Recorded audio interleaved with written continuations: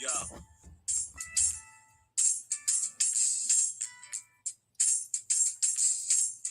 The way just do, he just smooth, bringing much news with the facts when he crush fools. I'm rough school, I bust moves like crush groove. Pass me the mic and I'll turn it into lunch food. Just cool, but talk slick and he'll punch dudes. Cowards get the message and they hush like chubs do.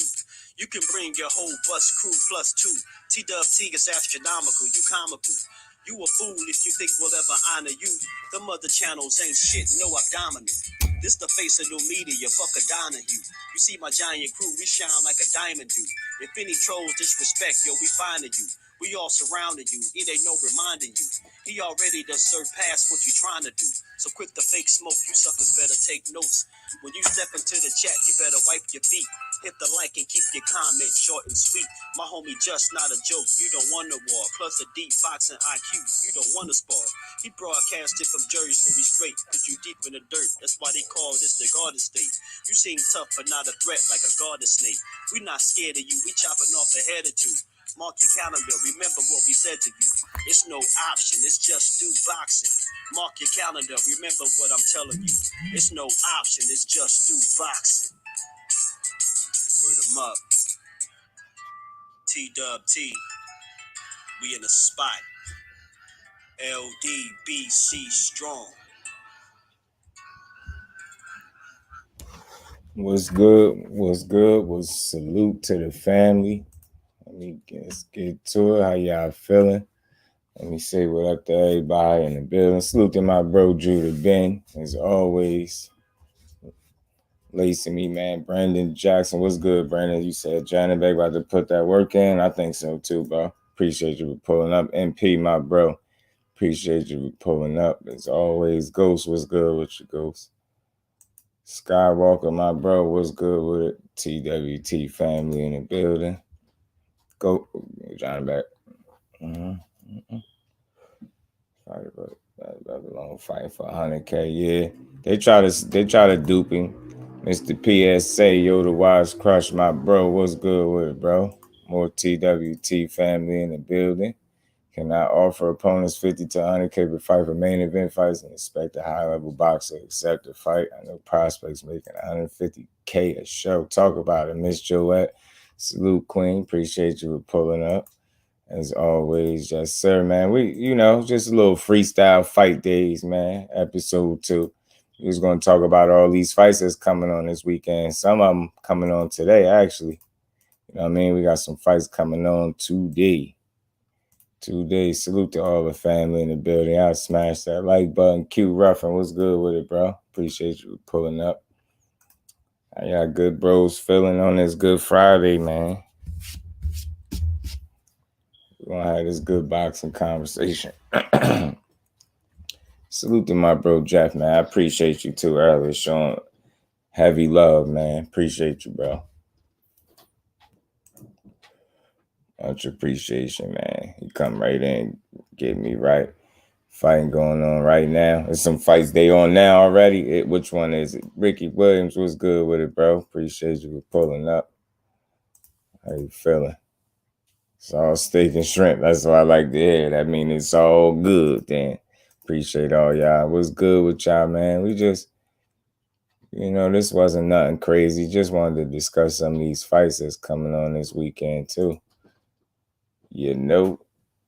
And today, matter of fact. 903 Boxing, my bro, was good with it. Edwards, yeah, Sonny Edwards and Alvarado for sure. That's another fight. I mean, we all things boxing over here.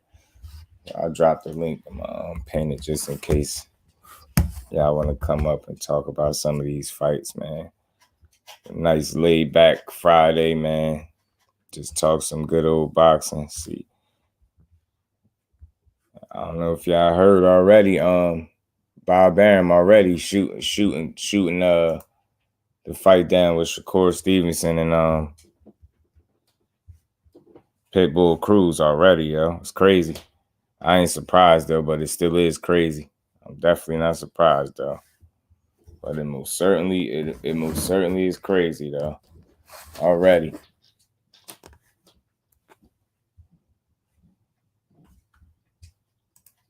Salute to the bros. Y'all sub up to the bro. Yo, the Wise Crush. If y'all haven't already.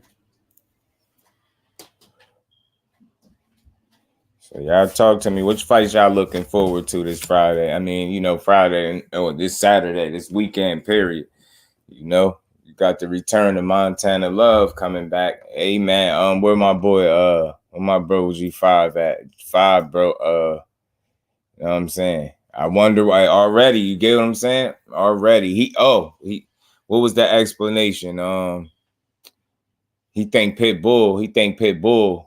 He ain't shoot it down saying he ain't gonna allow it in terms. Let me add some context to it. From what I understand, he's saying he think Pitbull Cruz gonna go in another direction. He think he gonna go somewhere else with it because he say he feel like he think Shakur, he gonna think Shakur too good and he know the risk. And he say he gonna go another route with it. So basically that's his thoughts. Yeah. Africa versus Aldo Richardson. Hitchens, man. I like Hitchens, man. I'm glad to see him getting the opportunity, man, since leaving Mayweather Promotions. Hopefully Matchroom do right by him, man. He already seeming like they lining him up fights, which is a good thing because he need more exposure for sure. The sign top rank, they only do in-house. He lucky. Ain't no cross. But see, that's the thing goes, surprisingly enough, he ain't shoot it down as if to say he not going to allow the fight or something like that. His thoughts was he felt like, you know, Pitbull Cruz ain't going to want to fight. He going to go in another direction with it. You starting to move up. Thank you all, man. Yeah, as they should, man. You deserve it. Mr. PSA in the flesh, man. Always showing up, always showing love, man. You deserve every view, bro. Every view. Love versus Spark gonna be Steve Spark gonna be exciting. If Love has those mental lapses to slow down, he usually does. He going to sleep, can't do that. Yeah, man. He got to be on point, and that's what a lot of people gonna be watching him. He under a microscope. I hope he know. It ain't the dog people worried about. We see you got a dog, but people want to know if you got the dog in you or you just carrying the dog to the ring. And I think we're going to find that out. We're going to find that out tomorrow for sure. If Bob was going to come out with some shenanigans. It's funny that he ain't shoot it down 903. He felt like Pitbull Cruz basically going to duck the smoke. Lady do, salute to McQueen. Appreciate you pulling up as you always do. Don't work too hard. My bro Rick said, like I told Key the other day, I can't separate Bob from Shakur, but then say Mayweather holding the tank back. It's been mandated. All Bob has to do is come to the table. I feel that, Rick.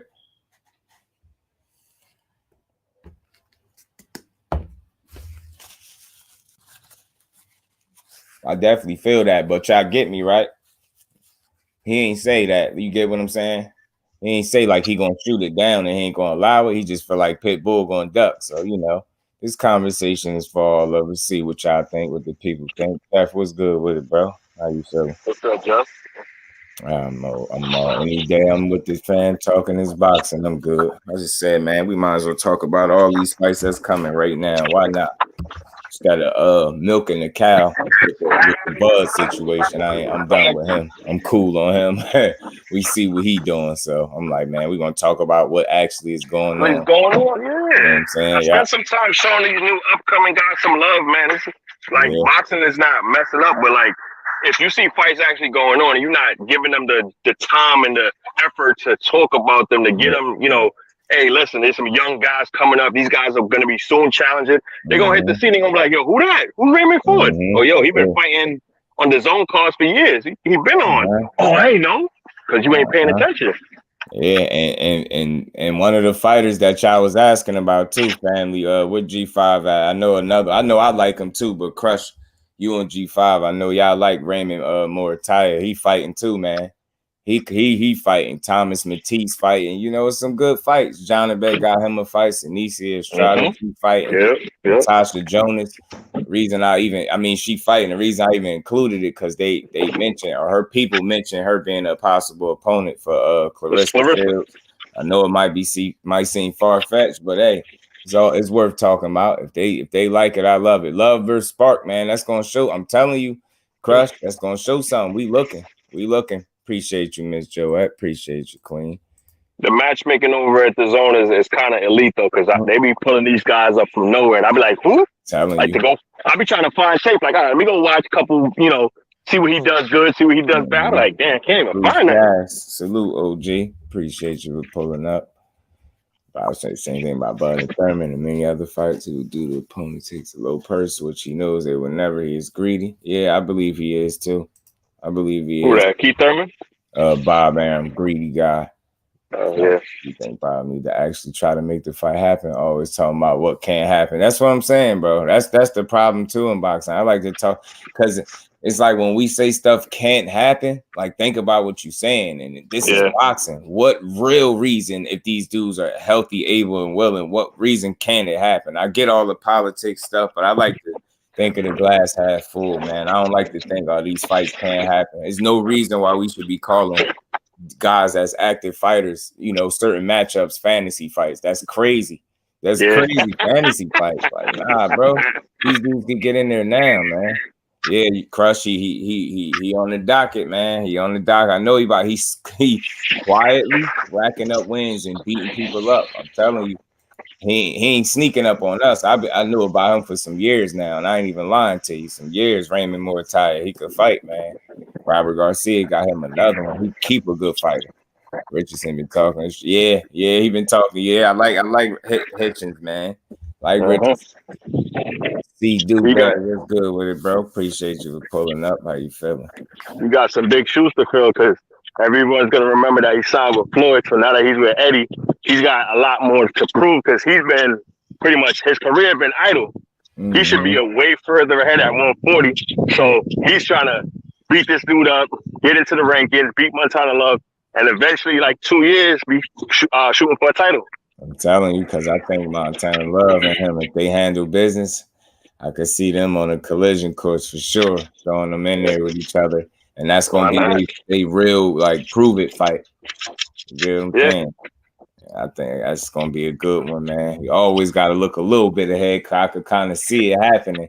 Because he's saying, like, he got this fight lined up. If he handle business and his opponent handle business, then they going to fight. And it's like, who got to handle business, though? Who he talking about? Who at 140 look like they got some business they got to handle for a bigger fight? And it sound like Montana Love, but we could be wrong. But long as it's a good opponent, I'm cool. Yeah, man. I mean, they haven't ordered you've noticed they haven't ordered all the vacant fights for Josh Taylor's belt. Then they ordered the WBC, but the WBA is still available. And the IBF hasn't been claimed by nobody. So got to keep an eye out. You know how they slick. They're going to slide somebody right in that slot to compete for that title. We're going to be sitting here looking like, where this come from? You know how they do. Politics. Yeah, Charlo on the clock for sure. Janibek has been saying we'll knock him out in 4+ years. Yeah, John, if he was talking that long, I think that definitely was premature. Sound good, but now he on the scene and people know who he is. So, hey, I'm with it. Charlo he posted not too long ago, you know what I'm saying something about getting physically and mentally back right so he could continue to build. So, I'm looking forward to it. I know he's going to get back, man. Jeez, with starch, Pitbull. Facts, he will. I'm telling you, that's what Bob was saying, though, oddly enough. That's the angle. He wasn't saying, like, I ain't having it. He think Pitbull Cruz going to go another direction because he feel like Shakur going to be too good. Mr. New Orleans in the flesh skills, my brother. What's good with it, Brody? I might not remember everything I say, but you damn sure won't forget the way you felt after reading my shit. New Orleans, Louisiana. Yes, sir. Talk to me, bro. Yes, sir. Yeah, man. You got some good fights coming up, man. Got some Tanisha Estrada be blitzing shit. I ain't gonna hold you, man. She get in there and get busy. She damn sure don't. She knows she don't get paid for overtime, and she fight like she know it's 2 minutes in every round because she becoming different, bro. Is Tanisha on any pound for pound list? Because she is a 3-division champion. She I know. Speaking of pound for pound, it's funny you said that because ESPN dropped another pound for pound list. I don't know if you've seen it. Yeah, I peeped. Loman's gone. Devin's on there. The shocker to me was Shakur at 10. They had him. That fact that they had him on there. Period. I was like, oh wow, that's shocking. You actually got Dev and Shakur on the same list. pound for pound. Like that was a little. I ain't expect that. I ain't gonna lie. I ain't mad at it. I ain't knocking it, but you see, it's just monster anyway. That one right there. I can't. That one don't fit all the way well with me, yo. I get it with the belts and all that, but number two, bro. Number two, man. It's a marketing ploy so that we can go fight in Japan soon. You know what I'm saying? Like, yo, cool boy, you got to come to Japan for this fight if you want this fight. Come on, cool boy. Let's go. You know what I'm saying? Like, what's going on for real? You got Shakur at 10. Shakur at 10. Arthur Beterbiev at in his third weight division. He is 8. Shakur's in his third weight division, and Shakur and thing is number 2. You know what I'm saying? UFC card, yeah. That's for one of my good guys at Common Sports. Oh, he's the one that's fighting Izzy. Jake Gibson, salute, my bro. How you feeling? They got Bevel at 7. Tyson Fury at 6, Canelo at 5, Usyk at 4, no problem. Vince at 3. Well, guess what? There's no PBC fighters on that whole list. Yo, I'm telling you, where's Jamel Charlo? Who? Where's Jamel Charlo? They acting crazy. Undisputed champion ain't on the list. Wow, they bogus. Where was Errol Spence? The top 10 in Devin deserved that spot. I ain't talking about Devin and NUA. I'm talking about NUA being the number 2. Like, it's just, it ain't no real competition down there for real like that. And then the ones that you really would, like, you know, he didn't fight the most absolute dangerous fighters in them divisions, and he skipped over a whole one, if I'm not mistaken, with Monster anyway. I respect what he done, but he still ain't number 2 to me. He could be over Dev all he want. I wasn't comparing them two. I'm just saying I'm surprised Dev and Shakur is actually on the same list. You know what I'm saying? Appreciate you, my bro Skills. You know it, man. The voice and the reason on YouTube out here, man. Whereas that 10 is crazy. They ain't gonna never take Fury off. He could lose, not throw his belt away, retire. He gonna still be there. He ain't gonna fight no more. They still gonna have him there. Fighting Israel. Israel's the one who been mouth feeding his dog a while back. Mouth feeding. Oh, yeah, Adesanya. You know, all them dudes strange. I like Adesanya, though, man. He could fight his ass off. Both dudes can fight. I like Izzy, though. He a real dog. Down there, they just not knowing much. Yeah, and then he ain't fight all the competition either. You know what I'm saying? So, some of those not known guys, he didn't fight them. And it just, I don't know, number 2 is too high for Monster anyway for me.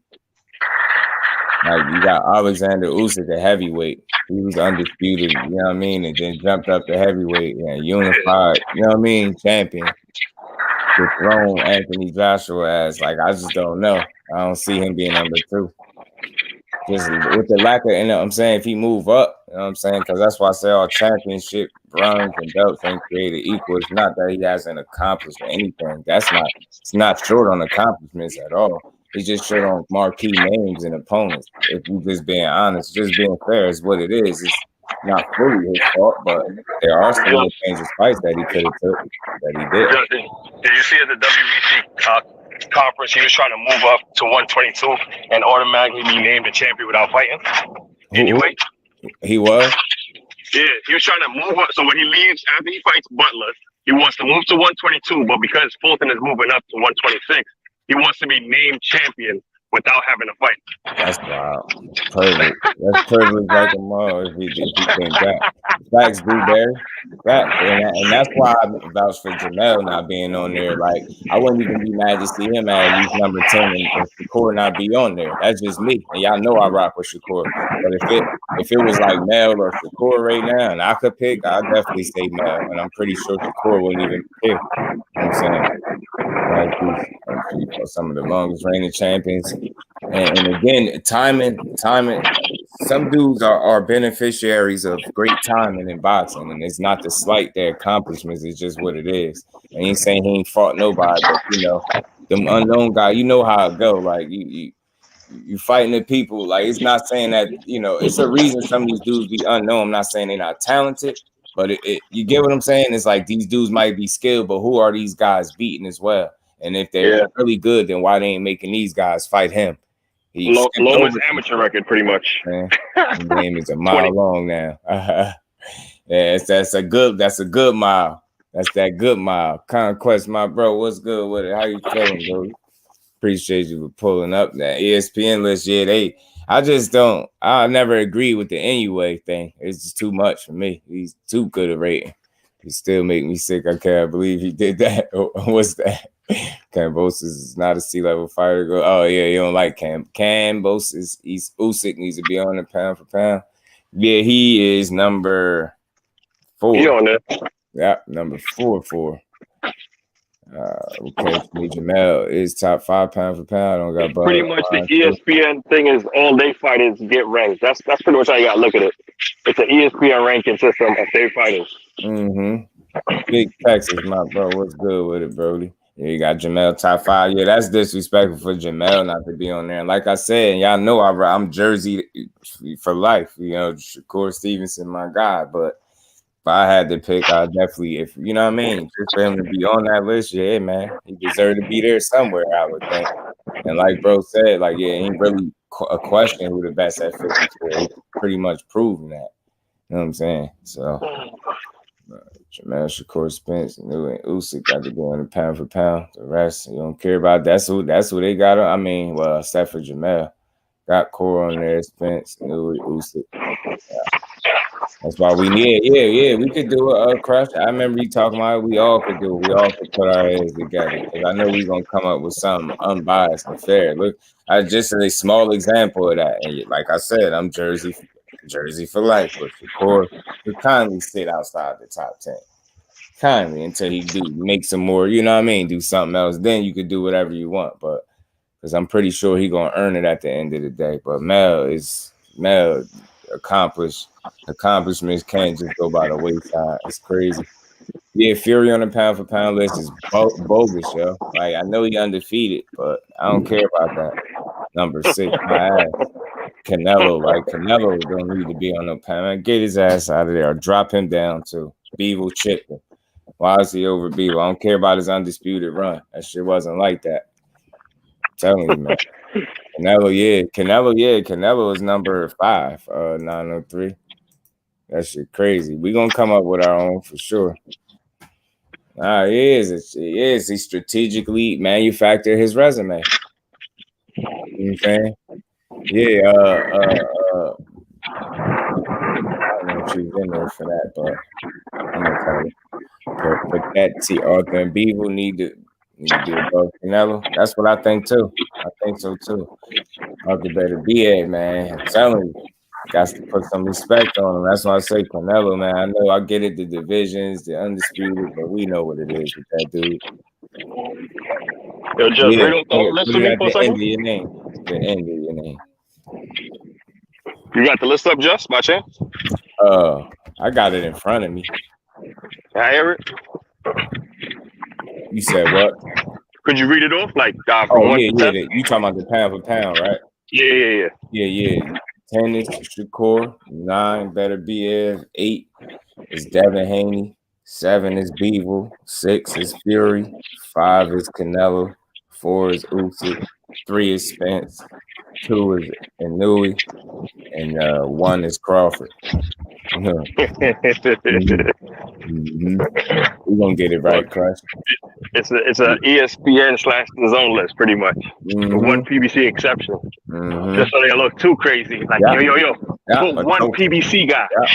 You know how they won't see it. They won't see it. Yeah. Facts. 903 earned that spot, man.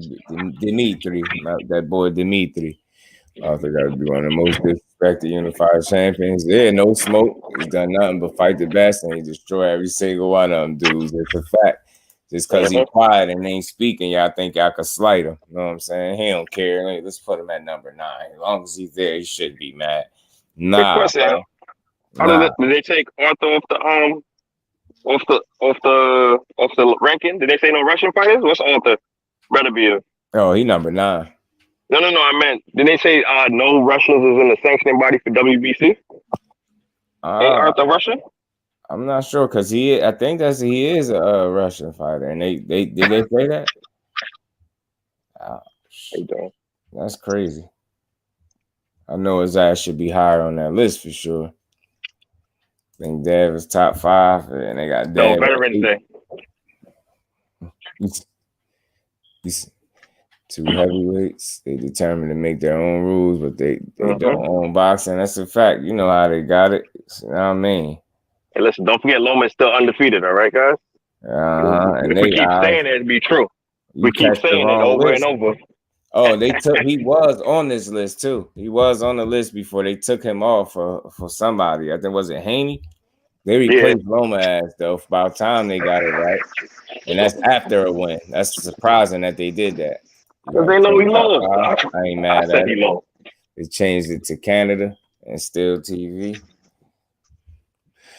Arthur's Russian. And they said no Russians no more. That's weird too. That's weird, man. That is top 5. Yeah, that's why I say our list matters more than anything they gonna try to come up with. You know what I'm saying? Because we ain't got agenda. Simple as that. You get what I'm saying? It's like you got fighters you like, but you still ain't gonna unfairly rate them. You know what I'm saying? You know how not the fanboy. Loma, Devin Crawford has no place on the pound for pound list.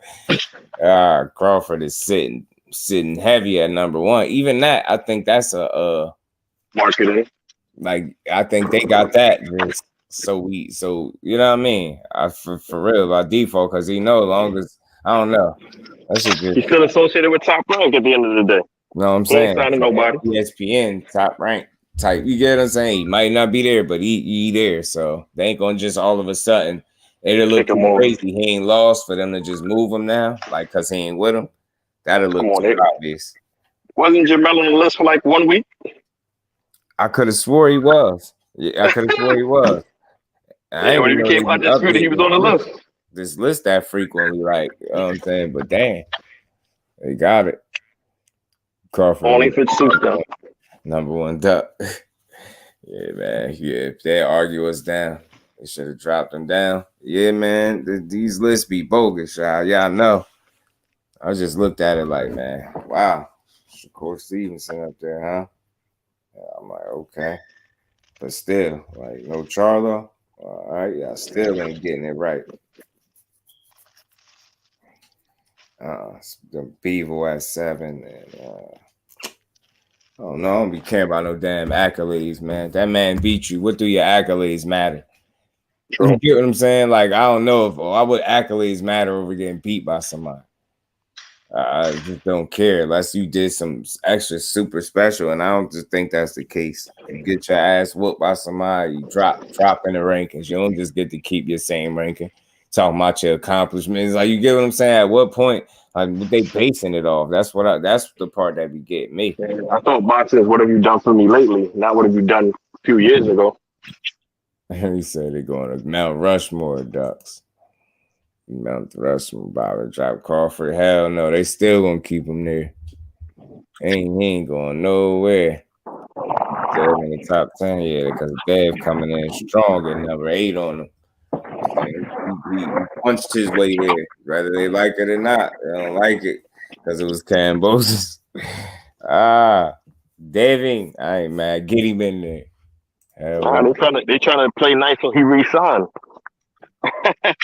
Remember, his last fight is probably going to be with Loma, so we got to start treating him right. All right, listen, you're on our powerful time list. Yeah, we'll make you a better star. Mm-hmm. Yeah, Barry. Some people feel that same way, bro. Like with the pound for pound, if he was any of these dudes' size, would they beat him? Tell me that they'd be pissed off. You put Tank there, boy. Somebody lose it, throw a fit. Tank Davis, what? They lose it, bro. The guy associated with Floyd? Oh, hell no. They lose it, bro. Telling that's what it's mostly coming soon. Let's do it, Crush. Let's do it. Skywalker, what's good with it?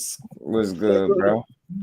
Yeah, I'm up here on top of this freeway. I'll turn off my audio, my mic, man. It might be too loud. Oh shit. Skywalker in the sky with Skywalking right now. Yeah, it's just the mountains. It's a freeway. It's I-40. Oh shit. Is it Arizona? Probably always arguing with somebody. Yeah, it's a small building today. How you doing today, brother? shit, chilling.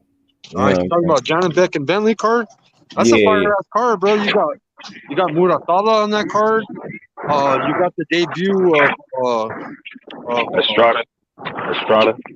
Yeah, Alicia. Estrada. Yeah, top ranked debut. Yeah, Sinisa Estrada, and also what's his name? Son, the boys. Felix Diaz. Felix Cat. Flo Diaz is on the card, but there's one more. It's bro, where am I? It's the boys, man, out of California. His dad, Fernando Vargas, the Vargas boys. Oh yeah. Emiliano. Yeah, he's with Top Rank now, so he's on the card. Yeah, it's a good card, man. It's got a lot of talent on the card. You got Sheehy, that guy Sheehy's on the card. He's pretty good little prospect too. He's gonna have a little 4-round fight. Charlie Sheehy. You think Skywalker? You think Bentley has a chance? Or is this like Bentley versus Janibek? Oh, I don't think he has a chance. I know he's a former champion. But Euro champion. Euro. Okay. Yeah. He's You know what I mean? He's got experience, but I think it should be pretty easy. Easy defense for that WBO. For Janibek. Yeah. Sinisa Estrada, man, I'm liking that fight. That fight's pretty good. It seems like a pretty easy fight for Sinisa as well. I don't think they're that competitive, you know what I'm saying? But a good fight to watch. Just to enjoy boxing. A couple of knockouts, a couple of stoppages. Right. There's a guy too that's good, man. He's a good heavyweight. His name's Antonio Morales. He fights in the Robert Garcia camp. And he's a good heavyweight, man. Keep an eye on him. He's one of those big heavyweights. Real tall. Yeah. Appreciate you, Conquest. But yeah, it's kind of loud because of freeway, so I don't want to mess up the show, but just pop in and show my respect to TWT family. Yeah, and much respect, brother. All right, brother. Stay safe over there. Hope that asked you. Yeah.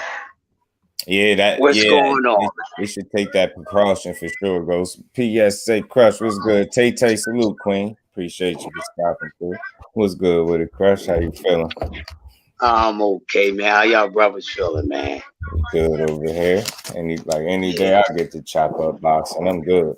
I read. It might sound cliche, but I'm dead serious. I'll be good. Hey, any day we can hear you, bro, and the whole fam when they get up in here and they build and y'all chop it up and do what y'all do. It's an amazing thing.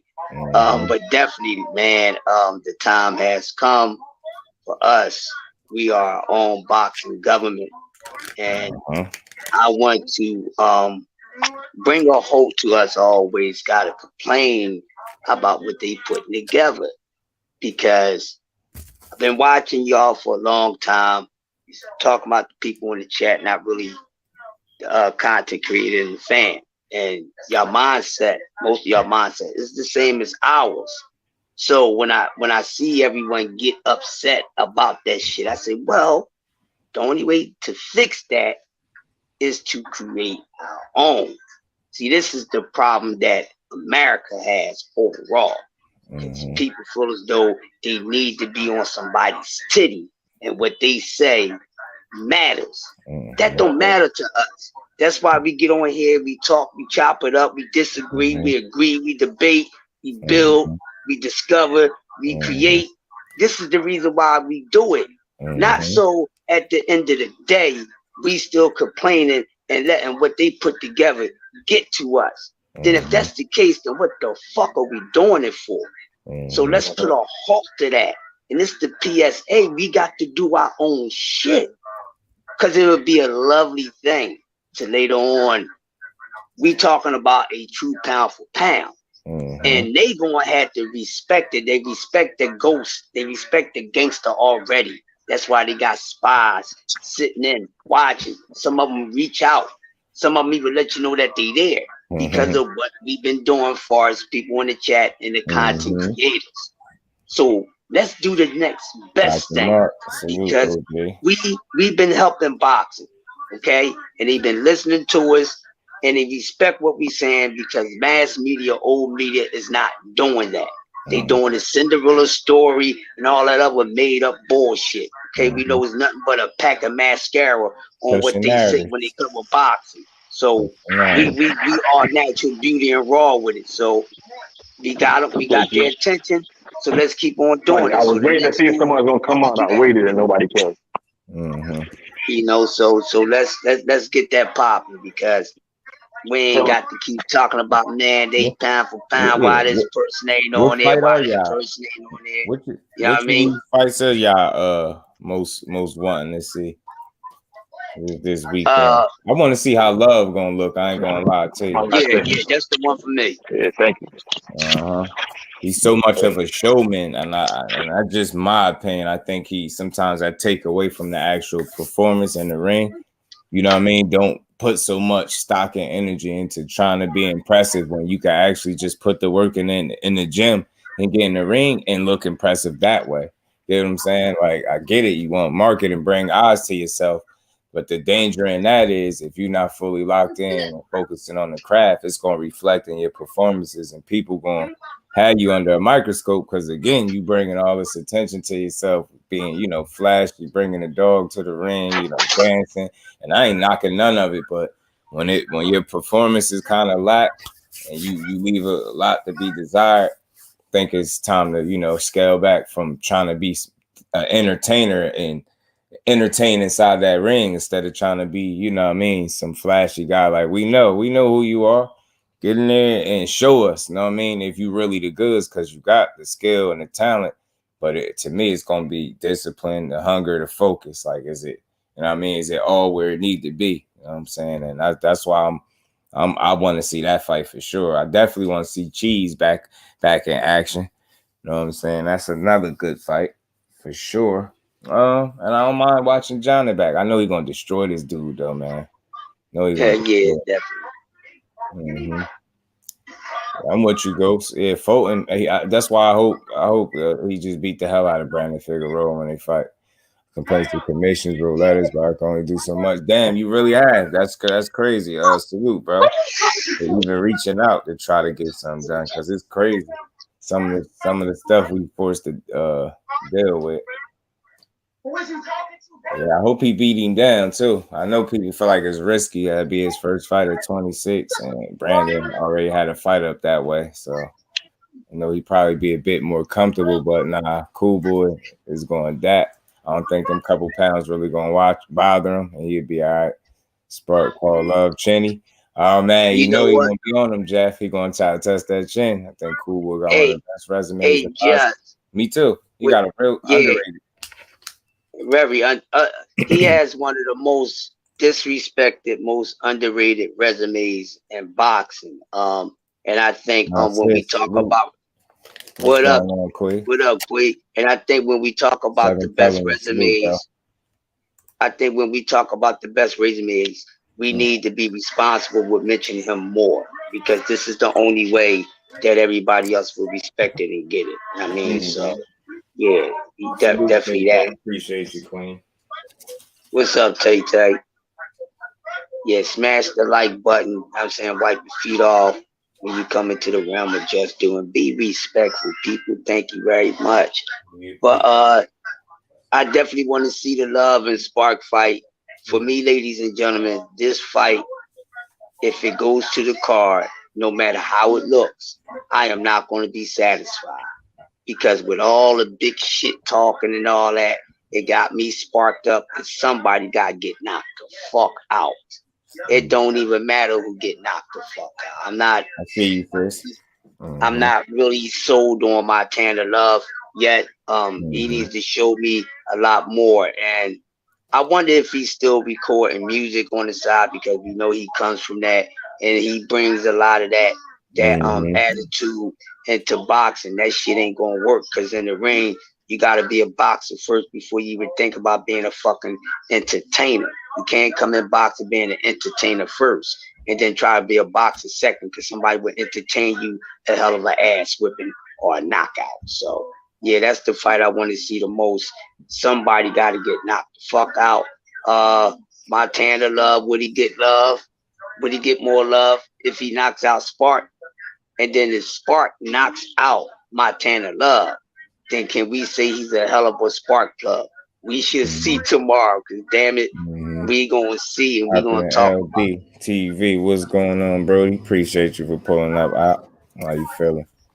To be honest, some people know how good Brandon Figueroa was and how much it took to beat him in a dog fight like that. Yeah, people don't get it, man. I'm telling you, one thing about that fight, and you know this freestyle fight days, man. If y'all ain't know, I gotta start saying that. I did one of these before. It's a Friday, so I said fight day instead of Friday. And what better to talk about than all fights on deck? So we can even revisit that one. And I feel like when you do something, when you fight a guy at what he do best and you outdo him, that says a lot about that fighter, man. When you elect to do what somebody else and one thing about him, he showed you versatility and the ability to fight at all three ranges, right? We know that if you watch them fight.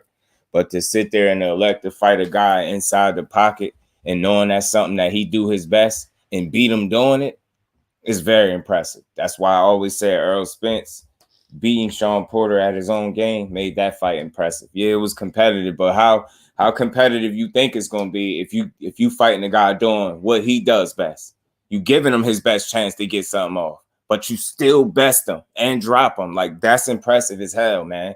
Knowing Earl is a guy smart, calculated killer in there. You get what I'm saying? Set everything up behind the jab, get to you. You know what I mean? Wear you down, grind you down, just break you down, get you out of there.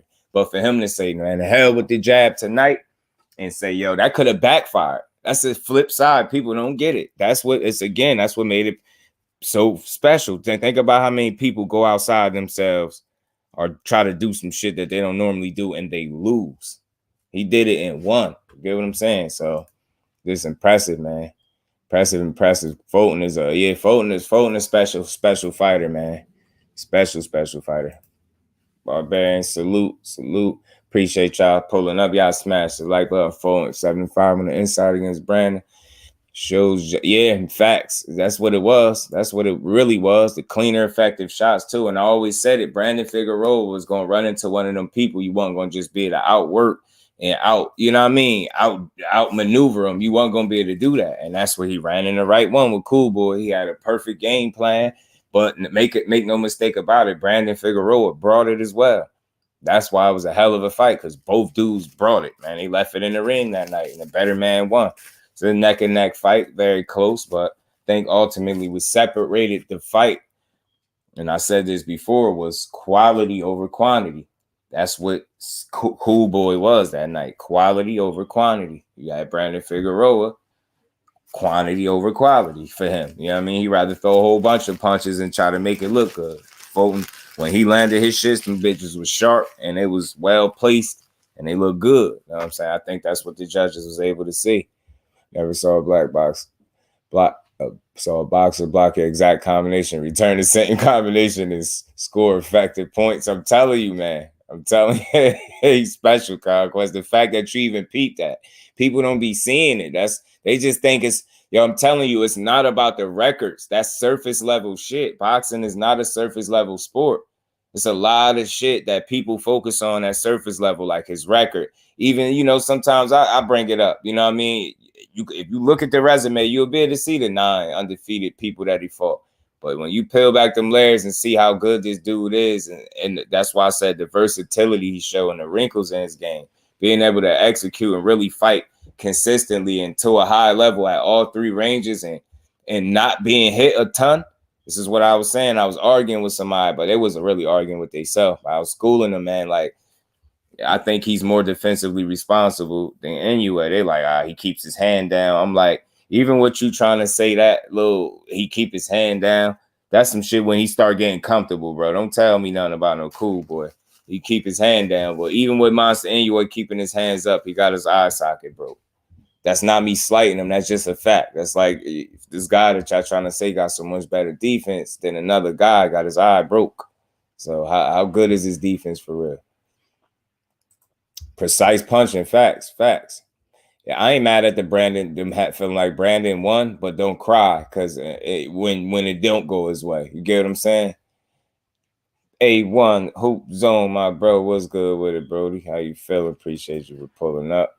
As always, Spence could be in Porter any other way. He's a swarmer. Keep him long range and hopping your punches and bunches. I know some people felt like that. Some people felt like that, but I think in some spots Porter did what Porter do, which is make the fight ugly fight and be aggressive. But yeah, he did make some of the moments like that. But I think if Spence really wanted to, I think he could have slowed the fight down and worked behind the jab. I mean, I think so, but I think he had his mind made up that night too. And I will admit, in some spots, that's what Sean Porter, because he was still Showtime Sean Porter in the ring that night against EJ. That was the last time you seen that version of Sean Porter, and I wonder why. Get what I'm saying? And in the loss at that, get what I'm saying? It's the reason why we ain't seen Showtime Sean Porter show up after that Spence fight. That level of Porter was taken out of him. I must stand on that forever, because it's a visible difference in the way he fought every fight that he had left after he fought Spence. Each of those fights, whether it was Formella, Ugas, what was it? Who else was it after him? Was it Danny? He fight Danny after him before? It was before him, but it was Ugas, fucking who else he got? Crawford. Like, he had a few fights after Spence, and none of them was he ever Showtime Sean Porter again. Respectfully, he just was never that guy again in the ring. Wanted to box more all of a sudden. Like, all of a sudden you telling your pops no in training camp. Those are telltale signs that you're ready to get up out of there. Yeah, they're going to learn the hard way. Defense definitely wins championship. Offense wins titles. That's a fact. And defense wins championship. Used the jab a little more and worked and set up a little more, he would have stopped Sean that night, especially after he dropped him. Yeah, and the knockdown, to be honest, probably could have presented itself earlier.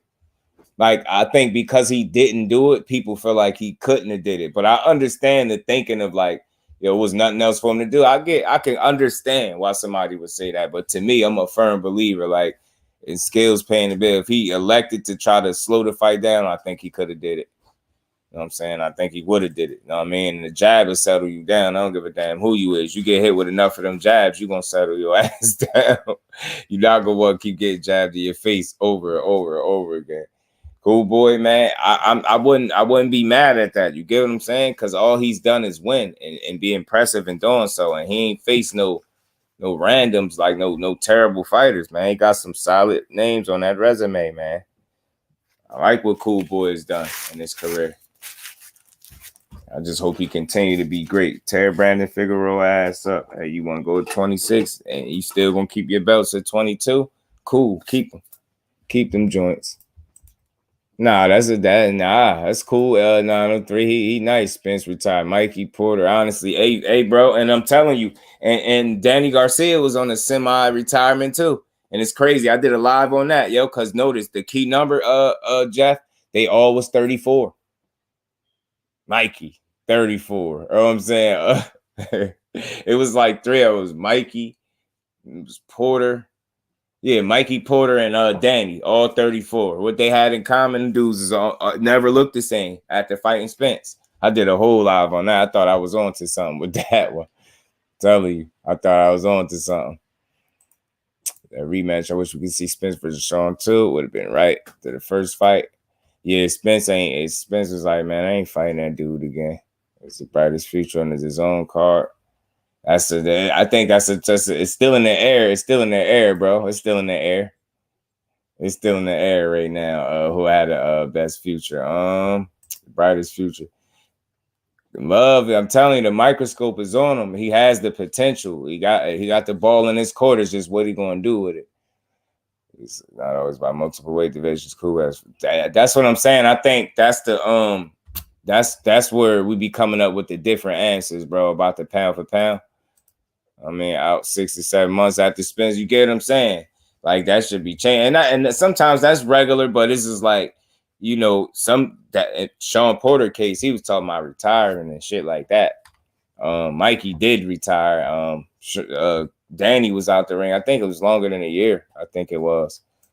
I mean, he was going through all types of shit after he lost. G5 Jet, my bro, what's good with it, Fizzle? How you feeling, Brody? He retired Danny too, and that's the Danny. I'm telling you, Danny looked like he took a lot of punishment. That eye took a lot of punishment. I'm gonna go Raymond Ford. I like Raymond Ford. Salute to Jersey, man. He from Camden, man. So salute to. I like Raymond Ford too, bro.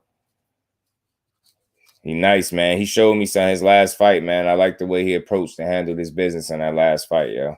It was impressive. I like the way he got it done. I like Raymond Ford.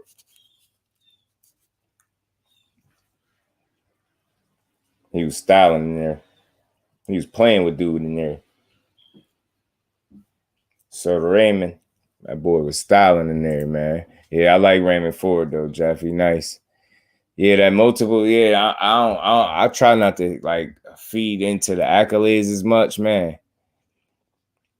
You know what I'm saying? Because I feel like they just a lot of that should be timing, situational. Like I ain't taking on from it, but it's to me like, all right. For instance, right?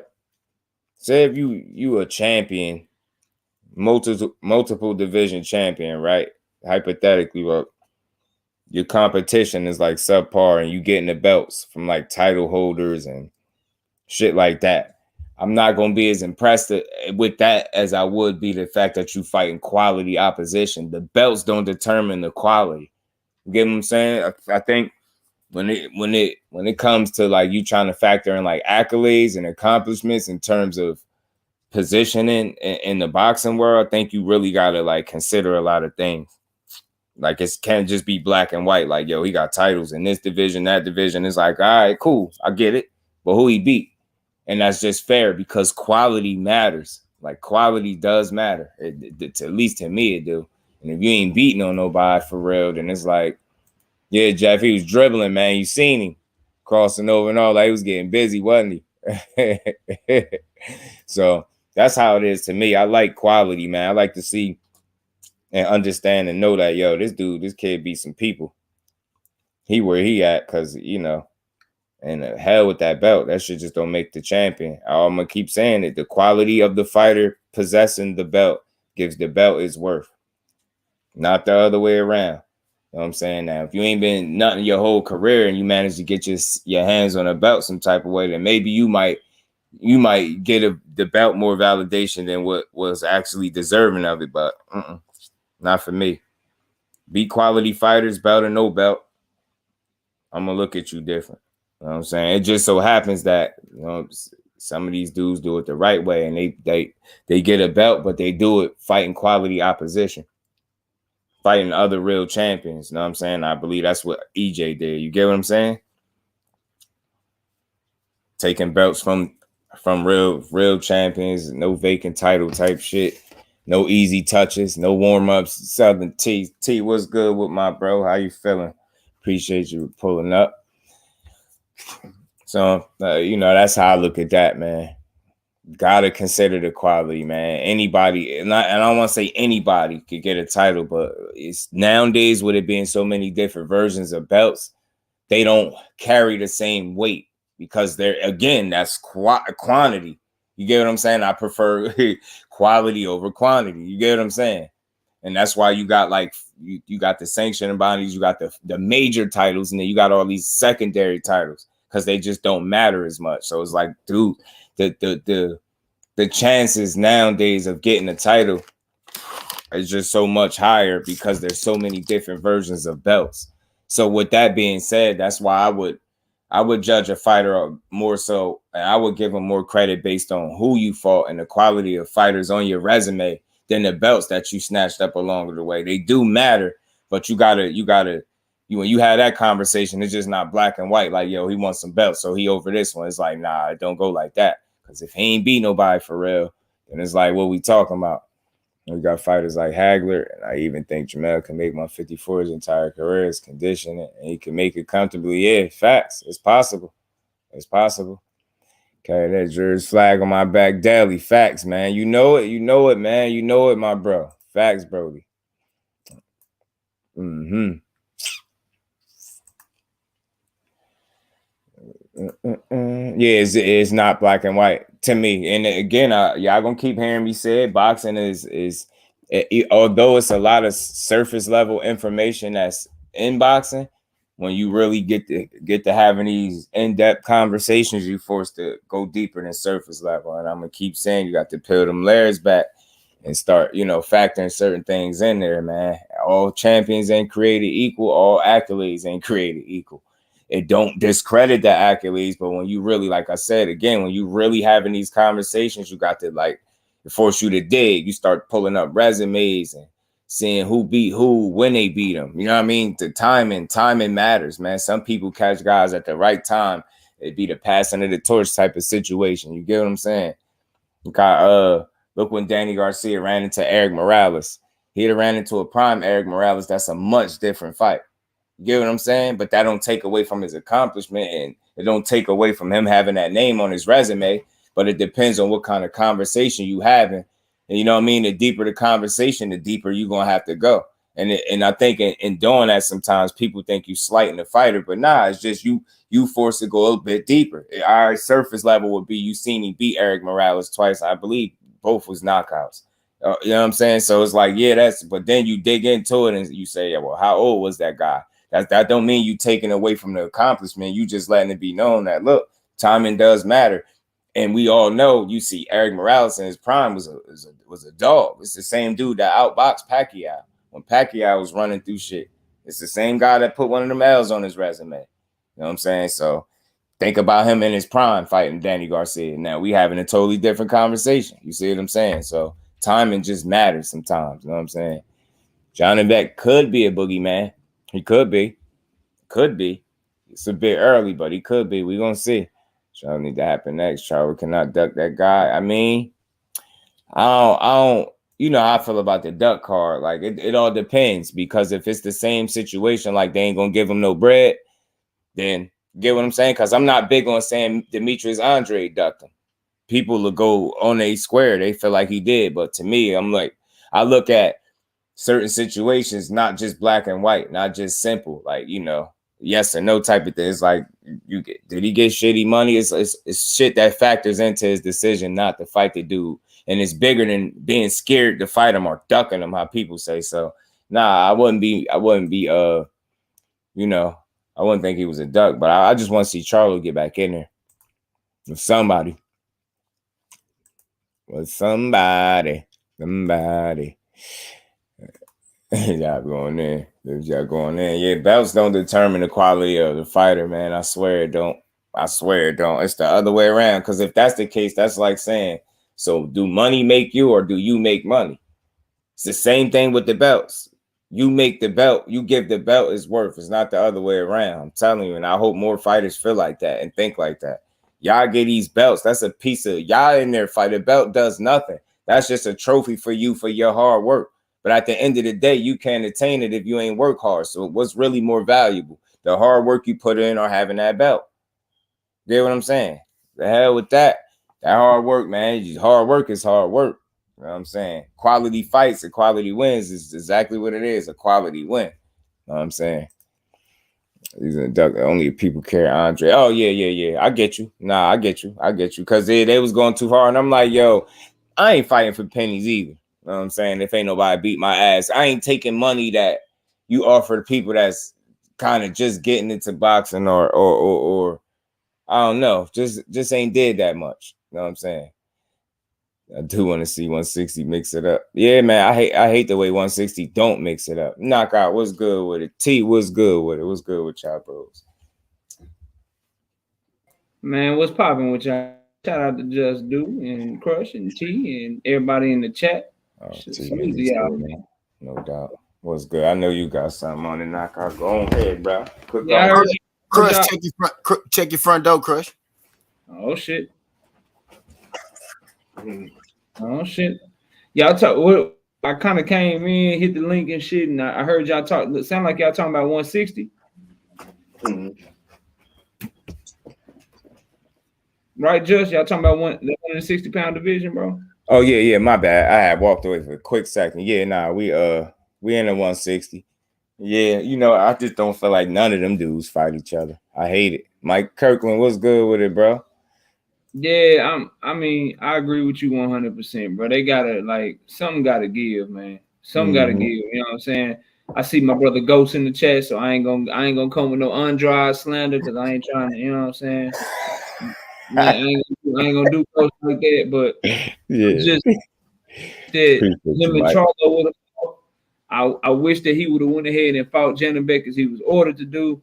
And hopefully Janibek can get some smoke. Like one thing I hate, like the WBC convention, it was cool. They made a lot of good moves. One thing I didn't like is that they gave Jamal Charlo this extra time to want to do, see this, see that. And it's like, bro, like at the end of the day, this man been fighting one time a year. He been fighting, he ain't been fighting high level competition. They should have ordered something, bro.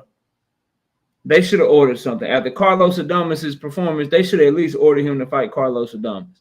They should have ordered Jaime Munguia to do some shit or decided to remove him from their top 10 rankings. Like, he is so much more in the middleweight division. So while I like some of the things that they did in the other divisions, I wish they would have did something with Jamal Charlo. And I see that they saying that because Jamal Charlo is injured and shit, but I know that Joe Cordina just got stripped by the IBF, and so it's like these sanctioning bodies, they pick and choose who they strip, who they make vacate. Sometimes they be cool with it. Sometimes if they don't get injured, they don't be cool with it. Like I just, you know what I'm saying? He got to do something, bro. They got to do with Charlo belt. Like, they should let Carlos Adames elevate and become champion, and then when you get back, you got to fight Adames for your belt, bro. You got to do something to keep this division moving. Because while I'm Texas all day, and I rock heavy with anything Texas, bro, I'm a ride. But I ain't for putting no goddamn division on hold for nobody, bro. Like Coach just said, 18 months, bro. Like, nah, dog, you gotta do something. You can't just hold on to your belt for 18 months. Yeah, I get that. I fight agree for with that shit, bro. And then Triple G out of all of them, bro. Triple G, like, he got 2 of them hoes tied up. I've been saying that too, and it's crazy because you were still here. I said Charlo is funny. His name would be the first and last name you hear, and when it comes to 60, and you would just skip over Triple G while he get to pick who he want to fight. Nah, make him fight somebody, man. Hey, all them dudes. I hate to see it. See Charlo post again saying, you know, he's trying to get back physically and mentally right and stuff. So it's crazy. I feel like his biggest challenges for him came outside the ring, and at the other twin, his challenges came inside the ring. So it's like good and bad at the same time, because it's like inactivity is never a good thing, but you still got some youth on your side, and you ain't got your ass beat just yet. So you got an opportunity as long as you position yourself to do something about what's been going on. Like, you got some work to do for real, because they ain't got no respect for this dude at all. And you would think he was trash the way people talk about him. And I'm like, damn, I get it to some degree when you saying like he ain't did nothing, but it's a way. Once you go a bit further than that, and it's all of a sudden now he's a C-level fighter and he can't beat nobody, but it's like, nah, bro. I ain't going that far. That's why I want to see him back, because it's going to shut some people up. And the last time I seen him get his back put against the wall and motherfuckers was acting like he was scared to fight, that was J-Rock. We all seen how that. I know this was years ago, but that was J-Rock, and I believe you put his back against the wall, he gonna think he gonna stand tall, man. I like Charlo, man.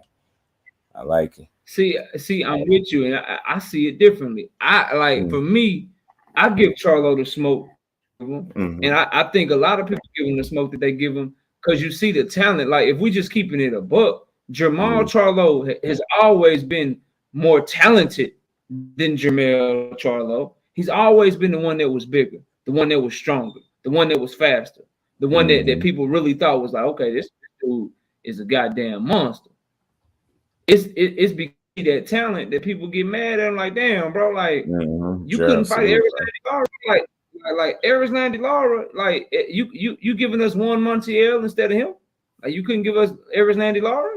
We couldn't get that from you.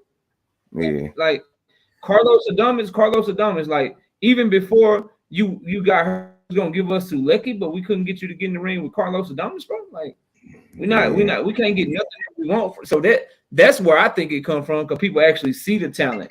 They see how cold he could be. You know what I mean? And that's kind of how I'm looking at it, bro. I get it. I get that too, though, because that's fair. He just got so much. He got some ground to make up for real. And I said, shit, what better place? If you need motivation, what better place to find it than ain't what your brother doing? You know what I'm saying? Your brother should be motivation enough. Get that, whatever you need to get squared away so you could get back to what you was doing. You know what I'm saying? And I just want to see him in there with quality. I don't want to see no more Monty. I don't want to see no more none of that, because it's just a waste of his time and ours at this point.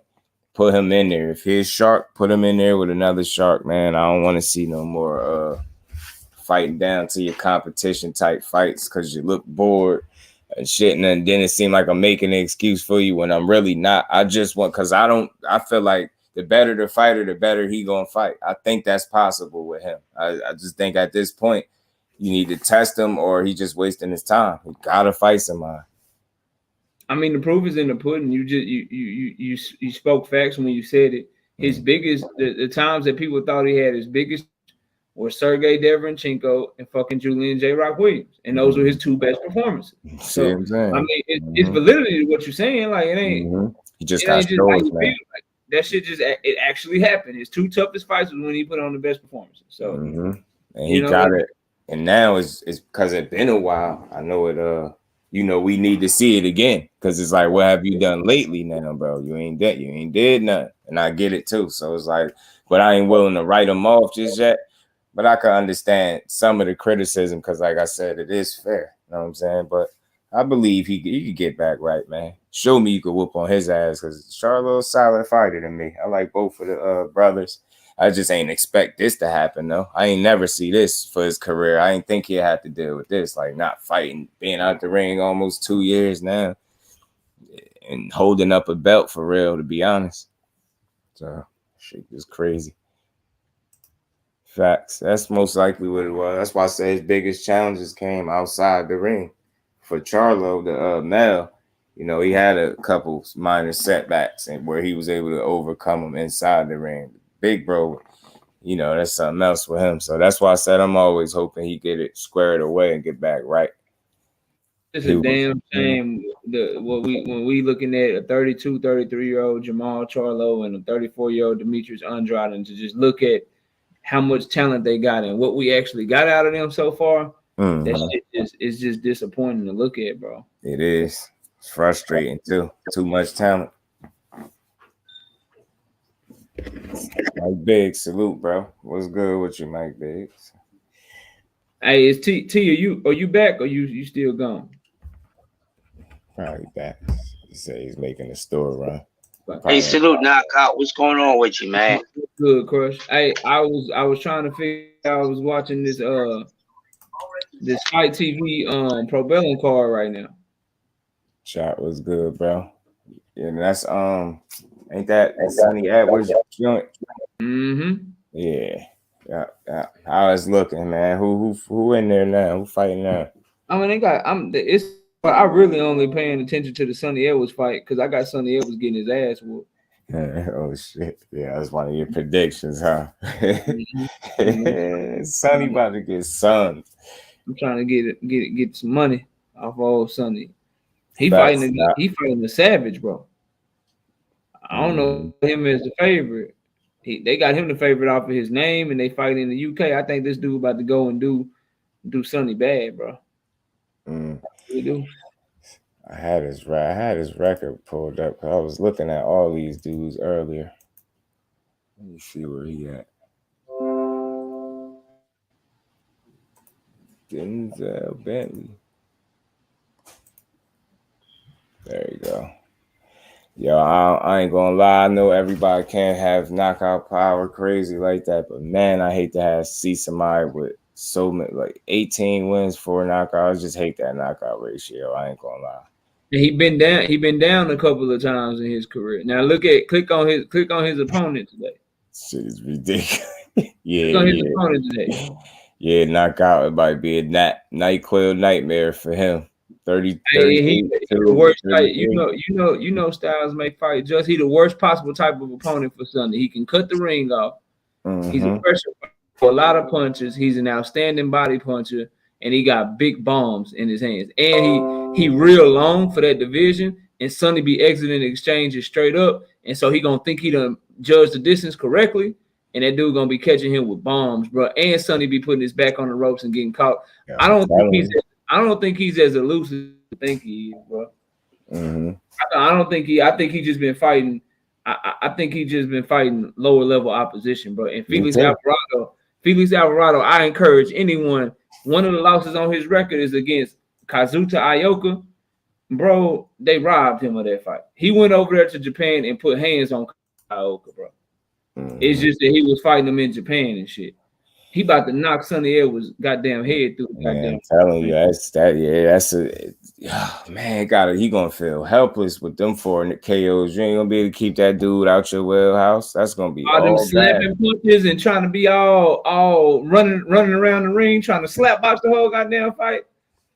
Ain't gonna work, bro. Felix Alvarado about to be on his ass, bro. I'm trying to get hurt. Man, that man got more knockouts than you got wins. And he done knocked out 18 of his last 20 opponents. And he walking through shit, bro. And he don't stop. And he know how to cut the ring off. And he young, athletic, bro. He about to put. It's crazy because if you added Sonny Edwards wins and knockouts, like added them separately together, he still got more knockouts than you got fights and knockouts combined. That's just gonna be bad. Thrill Hill salute, yeah. He gonna get himself hurt. And they got Sonny as like a minus favorite and shit too. I was like, oh, I'm jumping on this shit. Oh yeah. This shit, bro. This is easy money for me. I gotta do it. Got man. And it ain't like dude super old or nothing like that either. So he 33. Yeah. And he nasty with it, dog. Like his fights is all up on you. But this man nasty, bro. Sonny ain't been like he the guy that the zone, because he been rocking out with the zone. The zone doing him like Castano did, like PBC did Castano. How PBC took Castano over the top rank, said, man, go over there and beat Patrick Teixeira ass right quick, and then bring that belt back so we can make some big fights. The zone doing it because the zone got 112 sold up. They got Jesse Ben Rodriguez over there, Julio Cesar Martinez over there. They sending Felix over there, like, Felix, go over there and beat that dude ass real quick, bring that belt back so we can make some big fights and shit. You know what they doing, bro? They sent that man over there to go kill Sonny. Sonny ain't got no shot in that fight, bro. Sonny about to get Appreciate you, Mike. You'll get that man hurt tonight. He's sitting there in that picture looking funny. Man, that dude gonna slaughter him. He ain't got 4 KOs, ain't cutting it, bro. I'm sorry. I just feel like you helpless when you can't keep somebody off you. You on borrowed time the whole fight. Like, that shit gonna be bad for him. All right, Sonny. Who you got? Castano versus Fundora. That'll be fun to watch. I'll tell you that.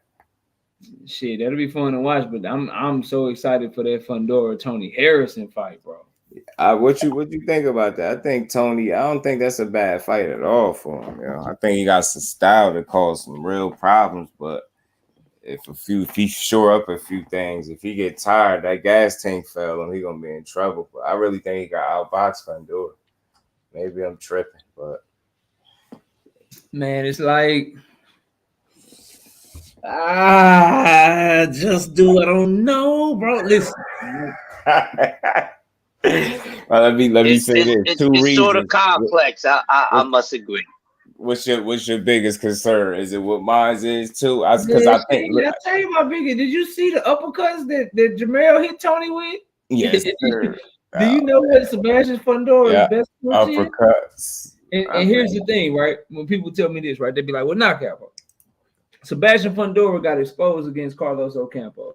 Sebastian Fundora got exposed against Erickson Lubin, or Sebastian Fundora got exposed against Sergio Martinez when he fought him, and then Tony Harrison boxed circles around Sergio Martinez. So you got to favor Tony Harrison, right? Knockout. I'm just looking at him, bro, and I'm thinking like, all right, go watch those fights. They might have exposed things in Fundora, but did y'all see how much punishment they had to take to expose those things inside of Fundora? So you have to ask yourself, can Tony Harrison take the goddamn punishment that he's gonna have to take in order to be able to land what he needs to land to hurt Fundora and do him bad? And then for all the how slow people say he is, they say that he's blind. They say a lot of shit about him. All the fighters that he's fought, who has been able to keep him from making it an inside fight, bro? Yeah. No one has ever been able. Nobody has ever been able to keep him from making an inside fight. And then with Tony Harrison's chin, bro, I think it's an Erickson Lubin situation, bro. I think it's one of those things where you're gonna look at Tony Harrison like, man, he's so much skilled. His feet are so much better. He's just so much a better boxer. And then when they get in there, he just ain't gonna be able to keep Fundora up off of him, bro. And it's gonna be bad. He might be winning the fight until he gets stopped. Like he ain't never been outboxed before, so he might be up on the cards.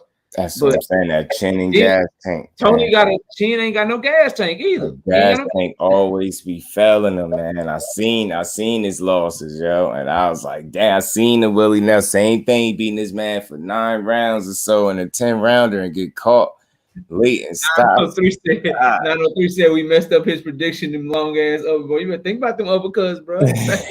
I'm telling you, that's a good point because he gonna be slinging them long joints too, man. And then if he find it inside, man, Tony ain't gonna be able, man. And then look, he got the gas tank, just do.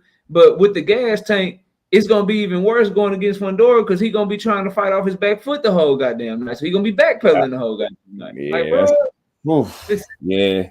I can see him depleting his gas tank just from trying to stay out of harm's way, and it's gonna get. It's one of the things, bro. If you ain't got no like. The worst thing is kind of what talking about Sonny Edwards and Felix Alvarado to me, bro. The worst thing going against Fundora is 2 things that you gotta have. If you ain't got nothing else to be competitive against Fundora, you gotta have 2 things. You gotta have a gas tank and you gotta have a chin. If you don't have those, bro, it's gonna be hard to beat him because he's not gonna stop. Yeah, not for real.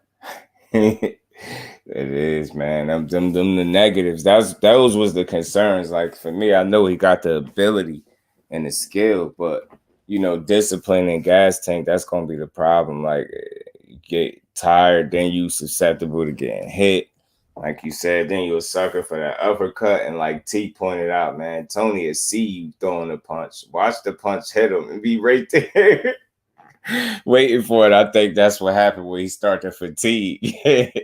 He be right there for them bitches getting lined up. I'm like, man, damn, because he got lined up a couple times in the last fight he had. He just, you know, he was on top of he had a pretty good, you know, turnout. But I seen the punches that landed, and I'm like, I know Fundora could land them same shots. I know it. Then Banana retire.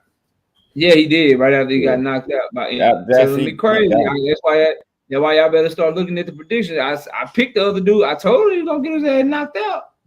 Yeah, I knew he was gonna lose.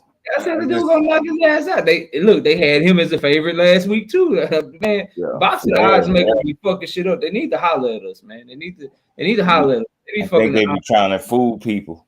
They be trying to fuck the eyes. Harrison he ain't pillow fisted. I heard somebody say something about Tony watching punches hit him in the face. Yeah. I was telling him how you be saying that. Hey, T, what's up? What up with it, T? What's good, pimp? I just got back. Hey, I was you was making a store run. I had asked you wasn't back yet. You make a pick. You get on this Sonny Edwards and Felix Alvarado. I'm actually preparing my NFL now. And then after that, I'm preparing my boxing. I'm not sure, Jeff. I might run You know that fight card on right now. What? Yeah, the Sonny Edwards started today, bro. Fuck. I was thinking Danny could fight Lubin. Not Lubin. I'm watching it while I'm talking to you, bro. What the fuck? I guess I'm doing Danny and Tony would be good. My feet kicked up now. I'm watching it. Because I don't think Danny Garcia power really transitioned to 54. It just don't look like it the way Benavidez is walking through them punches, man. I think Tony would be able to definitely outbox Danny. Fundora, I know that's gonna be hell for him, but Danny, I think that might be a more winnable fight for our closely, more evenly matched. I think Fundora's style and what he like to do is he's gonna deplete Tony gas tank and it's gonna get rough for him. Yeah, for Danny and Tony, I watch that. Since you can't do the under, get you a bet going on Felix Alvarado right now, bro. Wow, that is going on today. Get you. Yeah, get you a bet going on for Felix Alvarado right now. He's about to beat the shit out of Sonny Edwards. He said he looked like he used the smell to find his opponent. Fundora, he dashed at range. He looked suspect. He was trying to pump that jab in his last fight, but after a while, he just started fighting. He just do what he do best, fight. He do better than Lubin. There's I'm just so disappointed that Lubin fought like that. That was crazy. Yeah, get this shit going. He gonna beat the shit out of him, bro. It was so stupid. Like, you box, bro. Why would you stand right there and do half the work for the dude? You ain't gonna make him earn it. You just toe to toe. I'm like, that's not smart. That's why when people start talking about the gloves, him not taking the gloves off, I'm like, before you go there with it, just think about how the fight was fought and how many punches he took to his face for it to look like that. It wasn't like he got hit a good number. No, he got hit a whole bunch of times for his face to look like that. So it's like, wasn't nothing wrong with them gloves Fundora had on. It was something wrong with that game plan and strategy.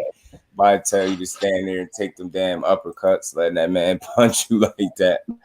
His face was looking good, and he wasn't quitting. I was like, God damn, he tough, bro. And he didn't quit. You know, Fundora. I bet you on Fundora versus Harrison. You want to see? You want? I know you want to go for Fundora. That's a risk right there. Has no power to capitalize with Lubin. Then I think he got power. I think Tony Harrison got good pop, good respectable pop. He's a good boxer. He gave Mel some hell. You know what I'm saying? Yeah, I think he run into the right person, Jeff. I take a bet. I bet somebody 50 Tony win. But if Tony lose, they gotta super check you once a week. At least. Yeah. I bet the 50 on Tony, but if Tony lose, if Tony win, you got a super chat due once a week for the rest of the you got super chat once a week for 6 months. It was good, D man. 5 or more once a week for 6 months. D man. Oh, you see, he's seeing it already. Okay. Sorry, David Morrell versus Fundora. Man, that'd be it'd be all over Fundora in that one. I know it. I know y'all like Fundora. Harrison ain't no hype job. Harrison is the goods. He can fight. He just certain styles is give like him trouble. Harrison a good matchup for him, dude. But just like it's a good matchup, it's also the perfect matchup for him. Yeah. Like if you was going to pick any of the top 154 guys to put him in there or against, that was the safest, it would be Tony. Mm-hmm. Not saying that Tony's safe. What I'm saying is, if you was going to put him in there with one of them, it would be Tony. Yeah. Mm-hmm. Out of everybody at 154, Tony and Jamel Charlo are probably the ones that's going to beat Fundora. I don't see nobody else at 154 beating Fundora unless they happen to catch him with a big shot and knock him out.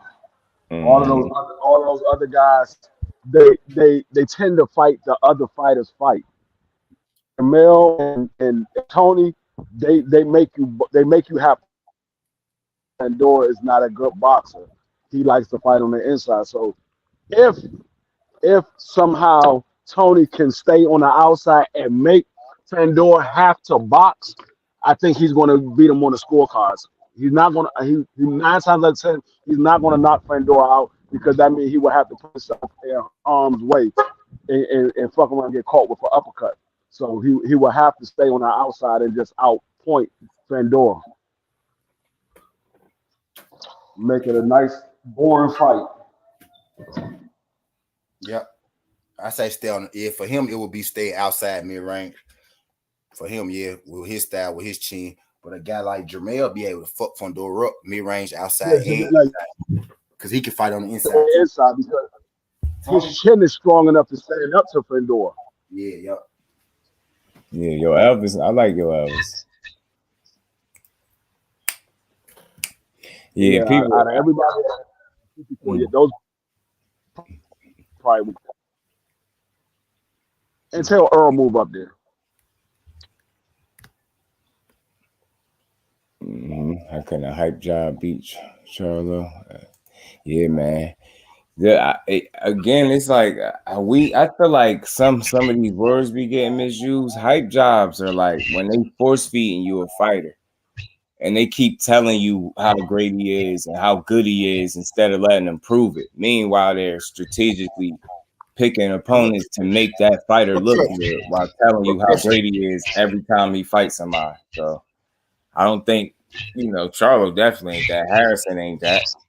But, it's just got some that's one of the reasons why I like Fundora and I like Tony Harrison and Charlo because those guys have been in there with everybody.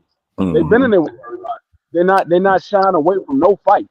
Fandor, he like fuck. I mean, whoever it is next, that's what I want. I mean, I want Charlo, I want Tony Hurst, I want all them motherfuckers. So he not shying away from none of those guys. Heavyweight, yeah. I did hear your Evans got some good punching power. Good. Dude, some of these dudes, I'm telling you, technique, man. Fuck to just having one thing to have that punching power. You got technique with the power, man. How old is Tony Hurst? Shit. Let me see. Let me look real quick. 33, 34. Let me look. Check your front desk, Yoda. Huh? Check the front desk. Unless you already denied that jump. No, I ain't see it, bro. Yeah. 32. You sent it to my phone? Tony Harrison, 32. Nah, your fantasy basketball.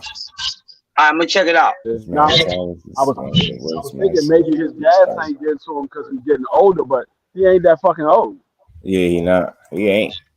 I'm telling you, the gas tank is the most problematic. You know, my biggest concern for him is the gas tank. I don't understand these guys that's boxers that don't have a gas tank. I don't understand that shit. I'm like, you a boxer? That's one of the things that you're supposed to have is a gas tank. That's the first thing you supposed to have. That's supposed to be the first thing you train when in combat sports, your body. Yep. You conditioning. Yep. And first thing to do. But especially a actual boxer. Now I can understand if you're a brawler, I can see you probably having a problem with your gas tank because you in there throwing big shots the whole fucking time. But if you're a boxer, that's what you're supposed to specialize in, having a gas tank. Yeah, I just don't understand these guys. Yeah, I be feeling like it's not to say that you don't work hard, but are you doing the right work is the question. You get what I'm saying? In terms of your strength and condition, your conditioning. Like, I don't get that gassing out shit. And it ain't like you out here throwing 100 punches around. So, like, I don't get that shit. Somebody like an Earl Spence, I could see him gassing out because he throwing 70, 80 punches per round. I could see somebody like him, but he don't even gas out. That's because he training in 200-degree heat gyms. Like, what the hell? which is how it's supposed to be. Yeah, but Norman was like, man, he said a minute on the bag, he was tired. He said, nah, that's how it's supposed to be though, bro. That's like gym not supposed to have air conditioning in them, bro. That's why I be going to so many people. I'm like, bro, why is it a fucking air conditioner on here? He almost get disrespected by like, man, you cheating, get that air conditioner out. Nah, man. for real. Nah, no. In my gym, ain't no air in there, bro. I see, I think that's different. Yo, We're not coming here to play, fool. The hardest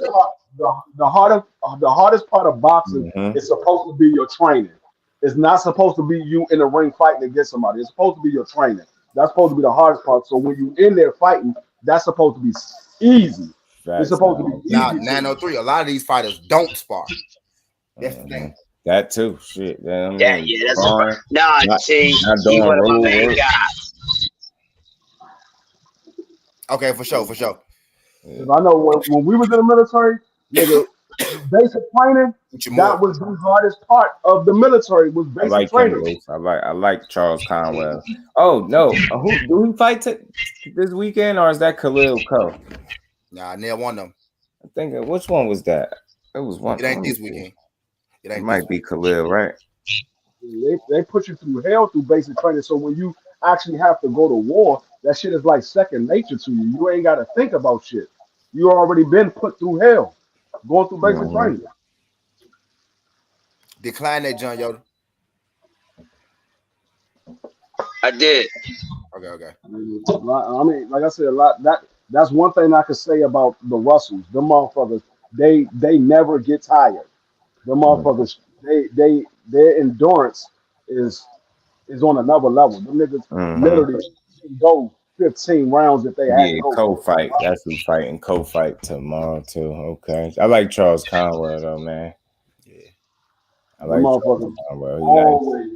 Always ready to go. When they started to do all that fantasy boxing fight, you have to play some of that. I can't wait for Gary to get back in the ring on January. Antoine, that is.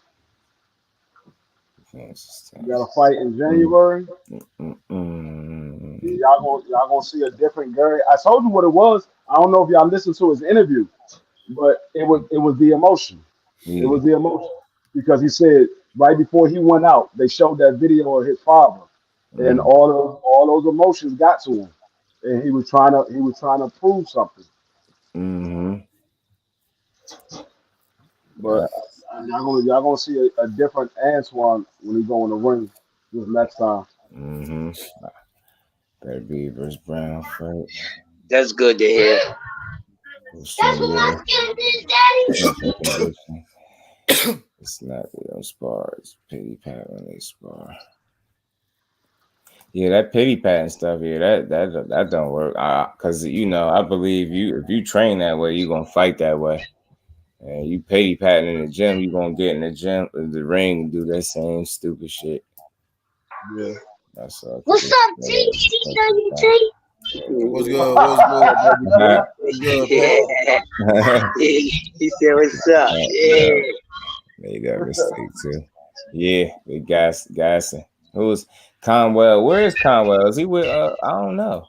I'm not even sure. Is he with Probellum? Is he?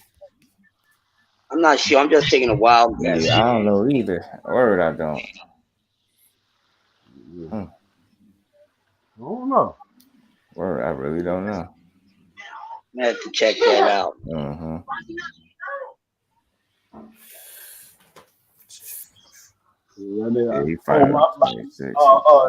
I forgot to tell you, Just Do, that was a great interview you had with Brian O'Donoghue too. Oh yeah, appreciate you. Yeah, that was dope, bro. That was dope. And I'm jealous because I ain't had a Brian Norman interview, and I feel like I told people about him first. Oh damn! You got a video that I came across too that made me think about it too, because you got one up there with him in the title. Trying to get off too, dude.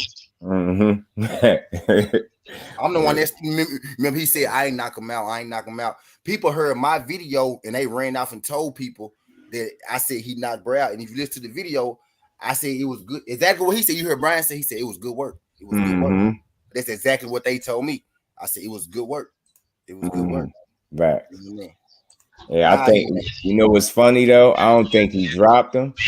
I think it was one of them situations that happened in sparring where you just get hit, clip with a shot. I don't want to say he was hurt. Why I say that because I remember when BF was talking to him and he said something about that. Bro, Tay commented like, "Yo, stop being humble, man." He said, "You know why he tried to walk you down." Go watch my video when I did it, and look at my face when I'm talking about it. I'm telling you everything you need to know in the video. Just go watch. You go. I'm say, I said people saying he got dropped. I ain't gonna say he got dropped, but I say this: it was good work. He held his own. He held his own. But yeah, he ain't gonna come out and see it. But I think it had something. He said he was Probellum. Ain't that what you just said, Crush? Yeah, you did. Yeah, it's right, Crush. Probellum. It's on the same level as the Earl Spence and Jamel Salo. They ain't gonna come out and say what it was, but those two guys know what it was. And that's why, I knew how to ask about sparring, but I know not to ask details. It's about more so to your experience with them, because I know you got some takeaways. So I know not to try to be messy and be digging. It's unnecessary. I'm like, man, I ain't about to ask nobody no weird shit like that. I knew somebody was gonna type it though. Ask him if he dropped car. I'm like, I ain't asking him that shit. He seen it anyway. It's like, nah, I ain't dropping. I like the energy though, man. Ortiz, yeah. Oh shit. Luis, I like still old man Ortiz. Demetrius Brown was good, bro. Big Shot got a fight this month on the 22nd. I'm gonna have him on the show tomorrow at 2 Central. You said we talk? Nah, big shot. Big Shot. Yeah, you said that was tomorrow at 2:00? Is that what is that 3 my time? 3 your time. 3 our time. I'll be there for sure. For sure. I mean, you already know I'm gonna be there. I'm on there. For sure. Yeah. Anybody else do something? If I miss somebody, let me know. I catch replays and all that. That's why I'm glad I got these devices. I put that shit on. rock out, man. Coaching mostly. I like wait until it get close to their fights and shit, and then I call my people in. And Big Shot was following me on fucking Instagram for months, bro. I ain't know it. Didn't even know it, bro. Yeah. I was going through my followers one day trying to unfollow more people, right? Because I'm petty like that. And I was like, hold on, wait. What is Big Shot shout, fool? Yeah. I said, that might follow. I think his girl started following. She started following my page on IG. I think that's his girl. Lady, well, obviously, Lady Big Shot. So I stopped posting on Instagram. I gotta get back to posting on this shit. Yeah, Ghost. I remember we hit him up back then, but I didn't know he followed me. Though. He ain't say nothing back to me. That's why I ain't think he even paid attention to the shit. But that nigga he been following me for months. Somebody said, yeah, bro, I followed you like in goddamn March. I said, damn. Might be.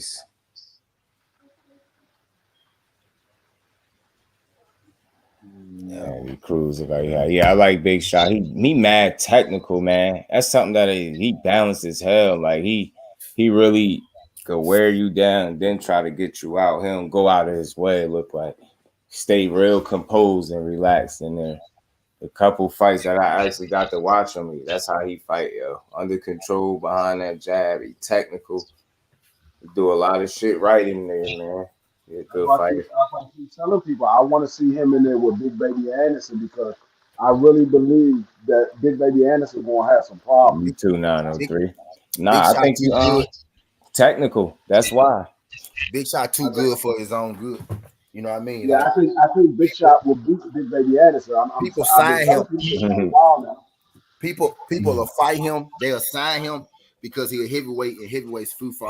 He following me now, Ghost. He said he'd do an interview too, Tito. He did knock out Jason Velez, the guy that went the distance with Ryan Garcia. Yeah, he started make sure they all know about the TWT. Big Shot too good for his own good. Like he want like the business, like boxing the business, right? Big Shot ain't a big star, right? But he want those guys you sign for a body. But the problem with him is when you sign bodies, right? You really signing them bodies to lose. With him, you put him in the ring, expect him to look a certain way, and he out motherfuckers and he knocking them out. You're not finna put Big Shot in there with one of your prospects because he's too good. His own good. He's gonna hurt one of your damn prospects. He's not a guy. Now you might keep him around until he fade out. Let that man eat. Let him eat. And then maybe you may get comfortable 3-4 years from now and put your, you know what I mean? But he one of them dudes that he too good for his own good. He too good to get the big fights he too good to be a journeyman, right? But he ain't a big enough name to where you gotta put him on every card. You know what I'm saying? He too good for his own good. You can't put him in prospect because he gonna fuck around and beat him. You know what I mean? I hope that fight do happen, Ghost, because I think Big Baby is young and talented as hell, man. Like he not perfect, but the dude is ahead of the curve. That's gonna be a hell of a fight when they fight. I think that's a bad fight for Big Baby.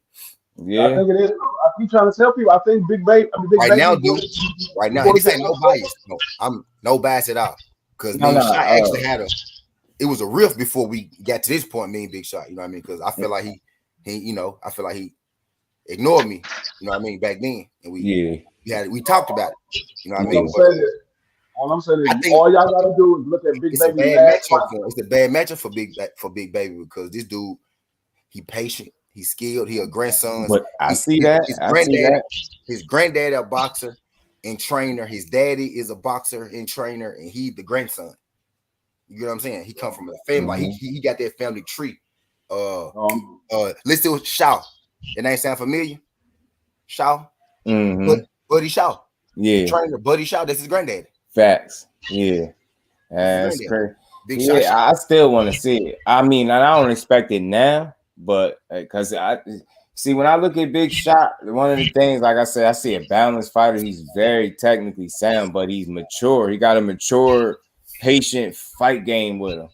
So that shit gonna cause a lot of people problems because he don't do unnecessary shit in the ring. He do the shit he's supposed to be doing in there.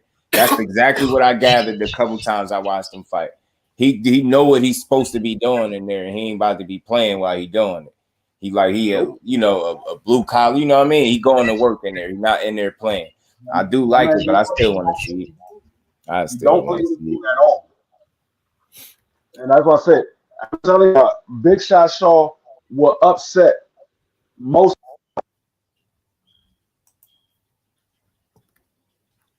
You cut out D Free. Look at Big Baby last fight. Skilled as they say. Look at Big Baby last fight. There was a lot of holes that Big Shot Shaw would capitalize on. See, everybody hold on. Let me. So everybody was like, "Oh, Big Baby been out of the ring for too long. His ring rust." The man just fought 10 months prior. He wasn't out the ring that damn long to have ring rust like that. He just fought 10 months prior. I think that fight had I think there was a emotion fight for Big Baby. His brother had went to jail type shit. I mean, it might have been. It just, if that was Big Shot Shaw that night, he would have got upset. Well, I wouldn't even say it's an upset, but to the most of the world, it would have been an upset because a lot of people don't know about Big Shot. Mm-hmm. I think, yeah, man, I like Big Baby. What you got? 11 fights? Yeah, something like that. 11, 12, something like that. I mean, he's a good fighter. He just right now, that guy, Big Shot, not the guy he need to be fighting right now. Yeah, and right now, I wasn't thinking right now anyway. I don't think they was going to do nothing like that. But I'll say a future fight for sure. I want to see it. Definitely. Yeah, I wouldn't recommend Big Baby to fight Big Shot right now because I think you will be derailing him. You know what I mean? Yeah. Why would you do that? I mean, but those bad matchmaking. It's bad matchmaking right now. If you ask me, yeah, they definitely gonna have to mix it up though. Eventually, yeah. Maybe like next year, end of next year. You know what I'm saying? Mm-hmm. Some shit like that. Yeah, I would definitely want to think of right this second, but yeah. End of next year, maybe beginning of 2024. I think Big Shot. I mean, I think they both gonna keep winning. They probably gonna run into each other at some point.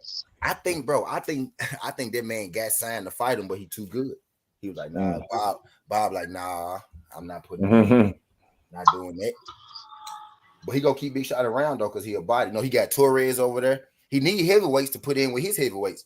But Big Shot, he got Big Shot fighting Rydell Booker, right? He not gonna put Big Shot in there with one of his prospects because he'll beat their ass. So Big Shot, the guy, he gotta keep him busy, but he not gonna put him in there with one of them prospects because he's too good. He wanna either see Big Shot get broken up a little bit first. I feel you, Alex.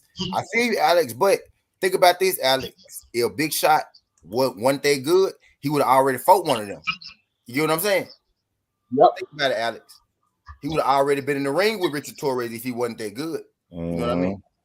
Why do you sign a guy like? Really think about it. Why do you sign a guy like Big Shot? You got a fight coming up, Thrill. What day you said it is, T? On the 22nd. 22nd.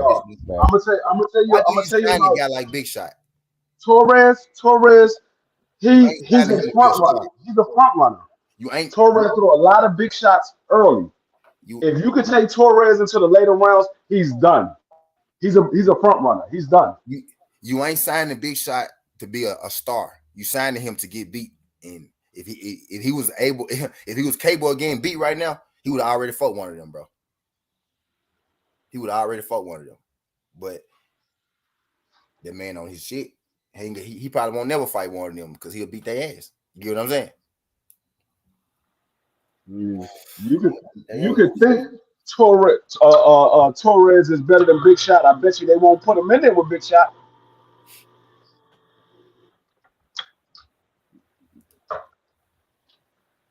He ain't even fought nobody like Torres, and I like Torres because I think I was talking about Torres for a lot of people because I sat there and called their fucking Olympic shit every day. That shit was going through. You know what I mean? I like Torres though, but he can't fight no boxer like Big Shot.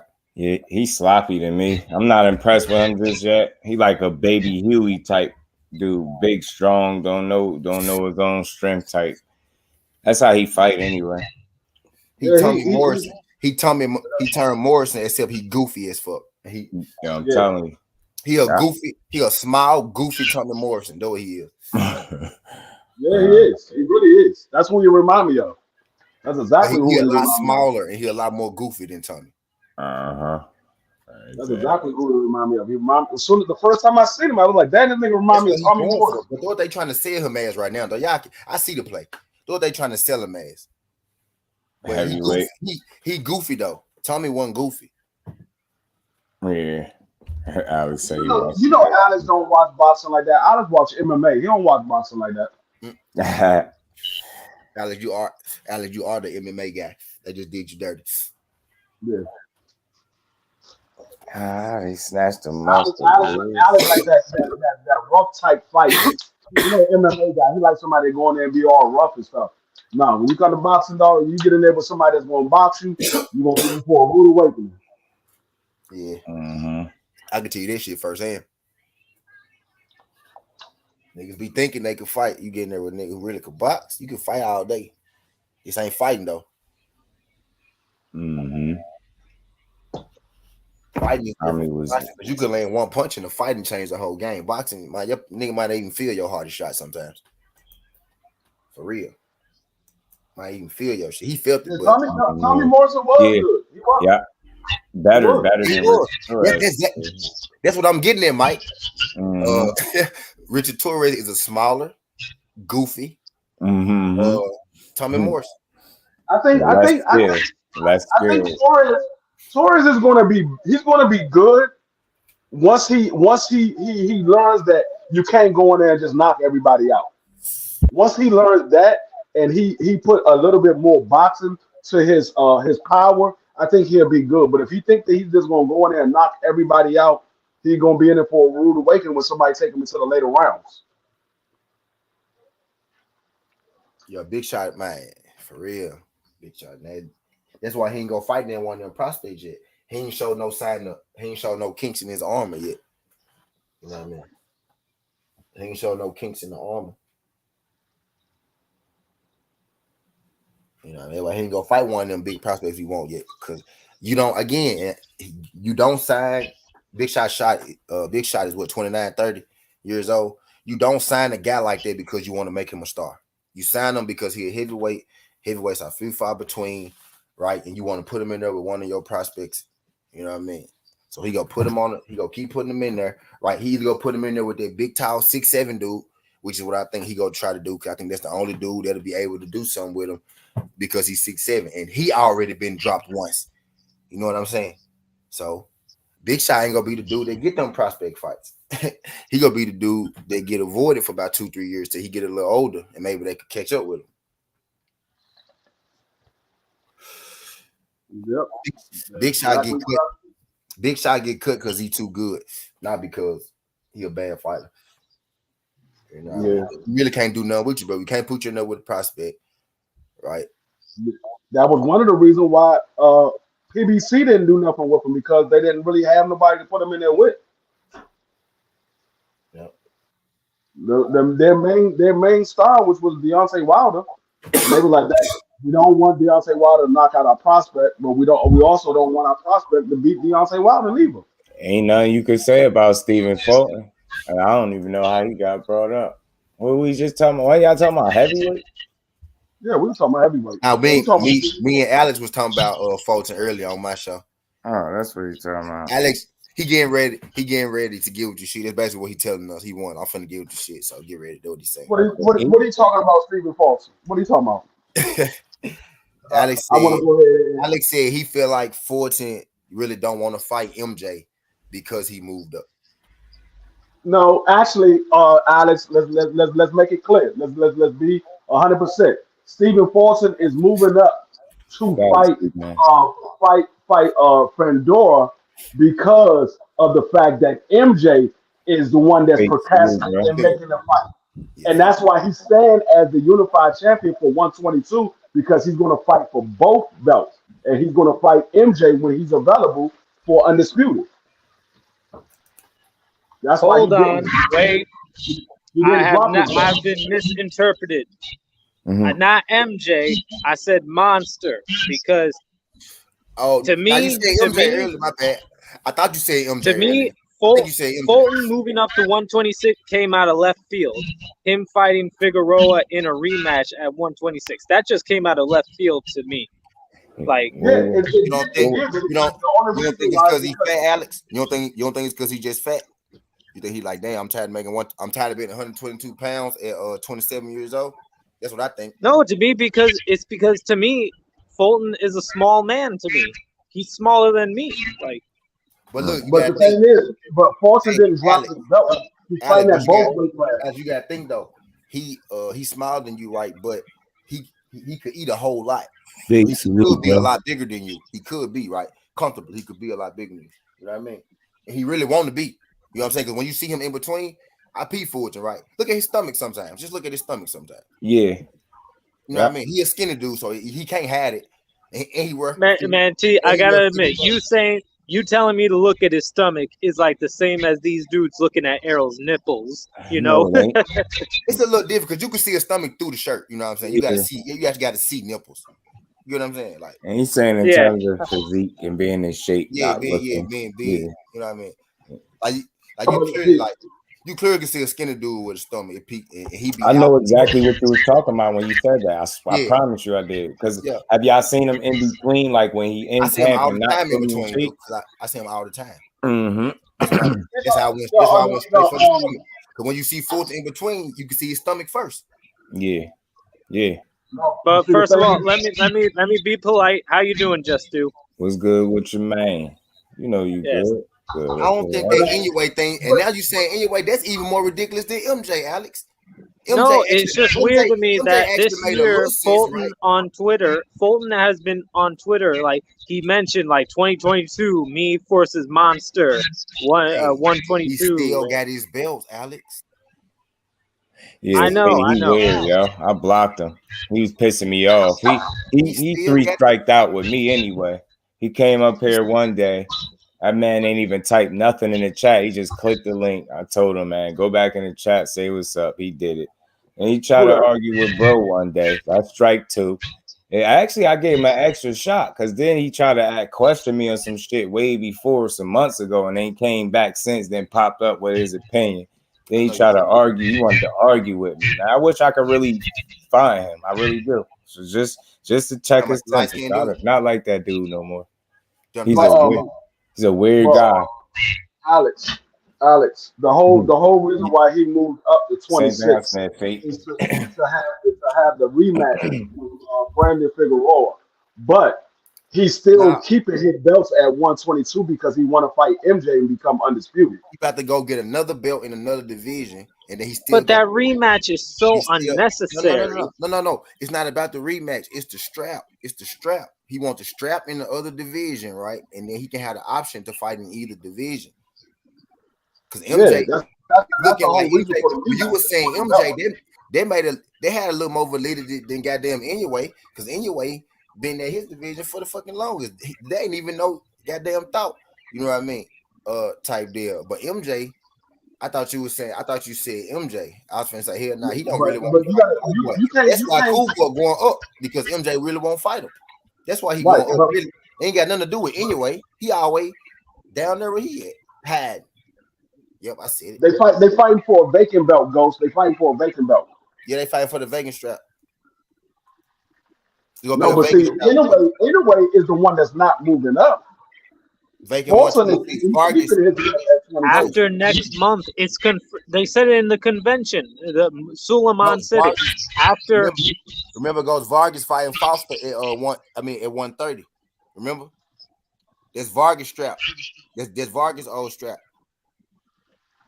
And then if Vargas wants he got to fight the winner of this fight, or you know what I'm saying. So that's how they go do that. After Monster goes undisputed next month when he beats Paul Butler, he's moving up to 122. Suleiman said it in the convention. Okay, I mean, if he moves up and he want to fight Cool Boy ain't gonna say no. I'm not gonna fight you. Right, that's the biggest fight for him. Anyway, now I can see you having something to say if Cool Boy dropped his straps and moved to 26. Say I'm not fighting at 22 no more. I'm at 26 now. No, he said I'm keeping my strap when MJ is ready to fight for undisputed, then we can go. I can And go if back and Vargas, fight him for undisputed. and if Vargas lose to Foster, he still had an option to fight the winner of Cool Boy and Figueroa for his belt. Anyway, he still had the option to fight for, because they go fight for an interim belt at 126, and it's gonna be up to Vargas to decide what he gonna do, stay at 130 or come back down to 26 and fight one of them. So everybody finna get a strap. Everybody that's moving up go have a strap. The winner is, you know what I mean.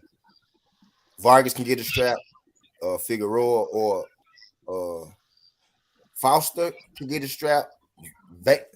Foster is number one in his division. Vargas moving up to fight Foster in his division for his strap, for the one he supposed to get, right?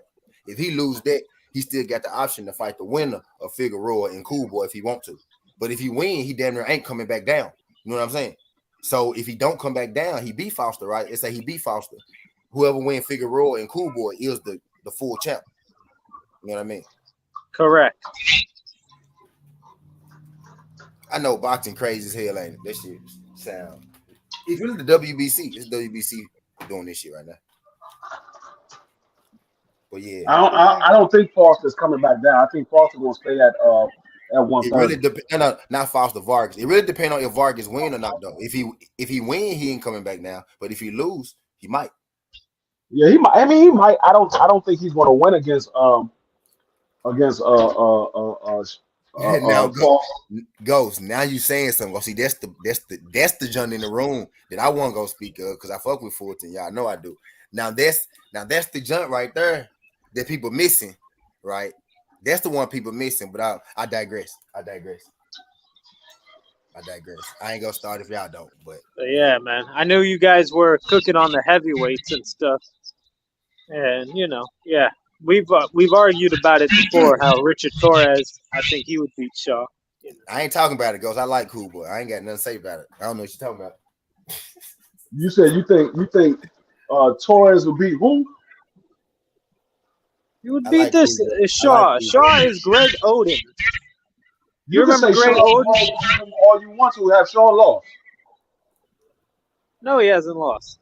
Okay, then that's all you need to say. But you remember Greg Oden, B-Free? Yes, I remember Greg Oden. And Shaw ain't nothing like Greg Oden. Hey. No, in the way, like, Shaw looks older than what he is, man. He looks like 50 years old. So, okay, he looks old. That ain't got nothing to do with his skills.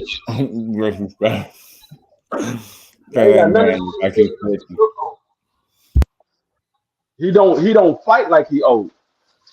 He fight like his age. He's 29. That's what he fight like. He's 29. And Jalalov, I think Jalalov beats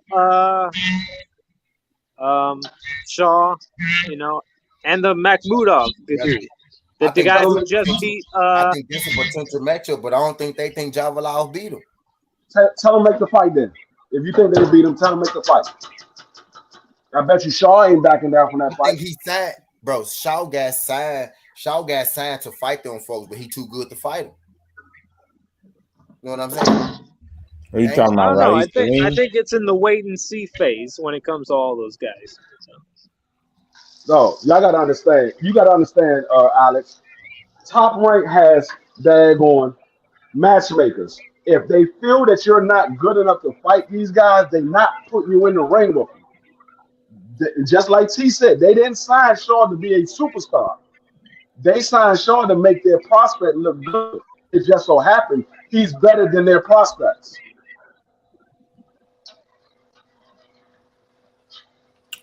I think Schoolboy beat FREESTYLE. Hey, me too, Just. But I know what Ghost getting at though. But Ghost said, Ghost owns something right there though. He ain't off the mark.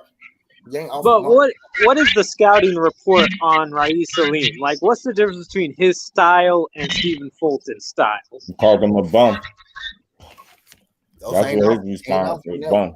Raís a bum. Raís ain't no bum. I just think Schoolboy showed me more. Hey, look, real talk. Hey, look. FREESTYLE called that man out. The first thing, and I love Cool Boy. I think Cool Boy was in my pound a long time ago, right? But I digress, bro. FREESTYLE said that man name. Cool Boy said you a bum. I said, huh? I said, what? No, I said, nah, but that wasn't what I was expecting him to say. I said, I know, you know what I mean? Yeah, he ain't no fucking bum. And then he just kind of, you know, you want some money. Then he said, you want some money. I'm like, what?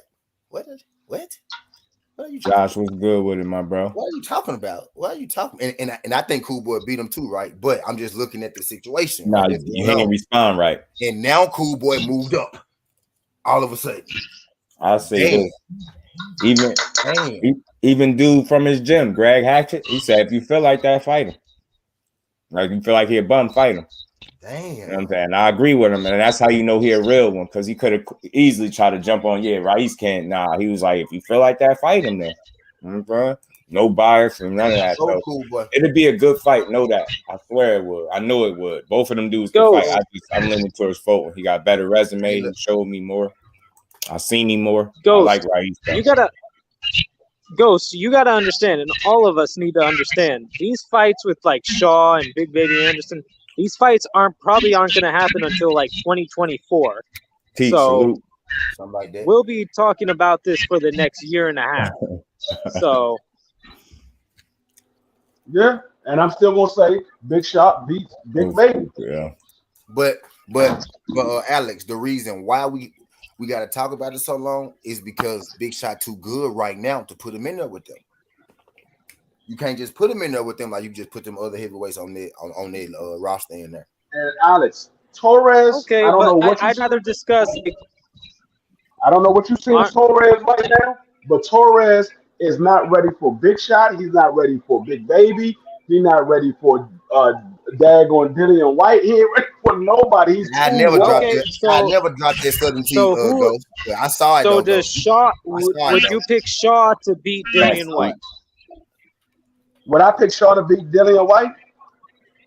Yeah. Yes. Because Dillian White don't have a chin. Facts, Mike. I mean, look, I don't like Fulton responses either, because I don't like when people call fighters bums that are not bums. That's why Greg Hatchett being the real when he said, if you feel like that, fight him. But I don't think a guy that fought, and I hate to, just highlight the 9 unbeatens, but I don't think a guy with that resume and had it the way he had it is ducking the guy. My bad. Go ahead. Go ahead. Earl Spence said it best, Ghost. Earl Spence came out. Earl knew too, bro. Everybody know. Earl came out and said, hey, bro, I don't know if he was on Earl page. I think Earl went to Cool Boy page, bro. And I think he answered a random nigga. He was like, nah, he ain't ducking. He just ain't got no reason to fight him right now. I said, wow. I have a solution for Raiz. Raiz should fight Luis Nery in order to really earn the shot against Cool Boy. He should fight Luis Nery. I like Nery. He a bad motherfucker. When he don't punch himself out, he deadly. Because he was beating the shit out of Figueroa. But he thought he had him stopped and he punched himself out. That little nigga was beating the fuck out of. Bro, go back and watch Nery versus Figueroa the first 3 rounds to stop the fight. You would swear Brandon Figueroa finna get stopped. Yeah, he was on his ass. He was beating that man ass, dog. I said, man, Nery. I bet on Nery tonight too. I said, man, Nery out here going fed. I said, damn, nothing wrong with Figueroa face though. Oh, you said Nery, right? Yeah, Nery. He was on his ass, wasn't he? I fuck with Nery. I ain't gonna lie, I fuck with Nery. Early he was. But he was beating the shit out of Figueroa. Bro, Figueroa really just, if he didn't get tired, he'll still be beating Figueroa ass. No cap. He got tired, bro. Facts. He really got him out, bro. Figueroa could take his best punches, and he punched himself out. And another thing why I really don't like this Fulton Figueroa rematch is just Figueroa like makes these fights just so ugly and not like fun to watch. Like the first I don't really like want to see that again. I don't know where it came about, but I mean, just because they mandated it, right, don't mean it gotta happen next, right? Yeah, but I don't. No, it doesn't gotta happen. It's not the opponent, right? I don't think it's the. Okay, let's think about it for a second, right? It's not the opponent necessarily. It's the strap in a different division. He get to add another division to his resume, right? But also think about it like this: it's a big portion of people, right? It's a big, not us, right? Not us, some of us, right? It's a big portion of people who think Figueroa won that fight. You know what I mean? If you look at the punch stats, he landed more punches. How you Mm-hmm. fight? Go look at he hit him more. He made him fight his fight. He had him in the corner. You know, it's arguments you can make, right? Yeah. And then what? Then he went by split decision. Yeah. I mean, damn. You know, I mean, damn. He 12-0, Fate. 8 knockouts. You know, so why not? I mean, so why? Okay. And then look, Figueroa said, I feel like I won. And then Cool Boy said, well, if you feel like you won, let's run it back. Facts. So he put it on the table before anyway. You know what I mean? So shit, they're running back at a new division for another strap. You know what I mean? That's what cost him. Like I always said, I knew when he lost the first time, I knew how he was going to lose. Which fight would y'all rather see right now? If he can't, okay, let's say he not fighting Figueroa, right? Who we want to see him fight right now? That's what I'm saying. And what's the name ain't getting in the ring with him. Right. It's really only two people you say. Maybe anyway will be number one, right? We're not in the same division, right? And then if you've been close to the situation, you will probably say recently. But ain't nobody pushing for no fucking recently fight. You know what I'm saying? So he really ain't nobody we want to see. Cool. MJ will be the second name, right? Anyway, MJ anyway, right? But MJ got all these fucking mandatories all of a sudden. You know, he won. I never seen a nigga have two mandatories back to back. Fuck, you know what I mean? We obviously holding that belt for hostage, their life. You know what I mean? So the two fights, right? Anyway, and MJ ain't happening, right? If you close to it, recently, right? Nobody know who that is, right? He can't get MJ next year. He can't get anyway next, right? What's the next biggest name? Figueroa, goddamn. Nah, I mean, I didn't expect this fight, but I just like Fulton, and I feel like the fact that it's in another weight division, that's an extra challenge. That would be the perfect world. That'd be the joint MJ. You know what I'm saying? MJ, and that's what notice, y'all. And notice, T, when people bring up this division, they only say Fulton. There's other people that besides him, that dude will fight anybody. If you don't think that about him now, then shit, you ain't never gonna think like that. And I hope that Monster do move up, and that's the fight that happened. Because who the hell would want to see it? I would. I like both of them. I like Monster and New. When the fighter, I noticed this, like when you see a fighter, he got a certain energy, right? And then all of a sudden his energy changed for a certain fighter. I learned that means that fighter probably ain't as confident about that one as he was with all the rest of them. You know what I mean? But Kubo energy is a little different with Reach than I ever seen him with anybody else. He never made it personal with nobody. You know what I mean? He never did that. He making it personal with Reach. You know what I'm saying? I don't know. I just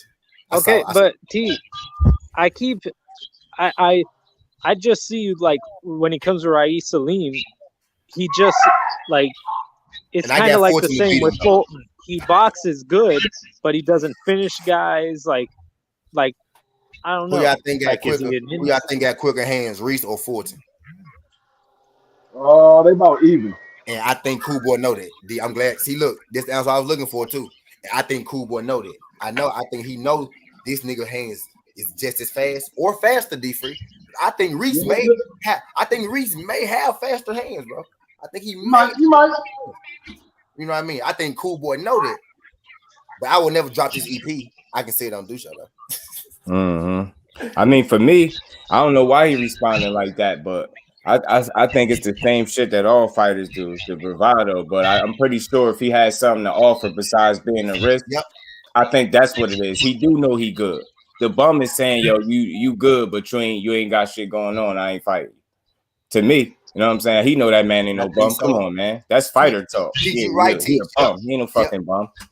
But I think for the first time, Cool Boy know that this dude may be quicker than him. You know what I'm saying? He may be faster. You know what though? He may be.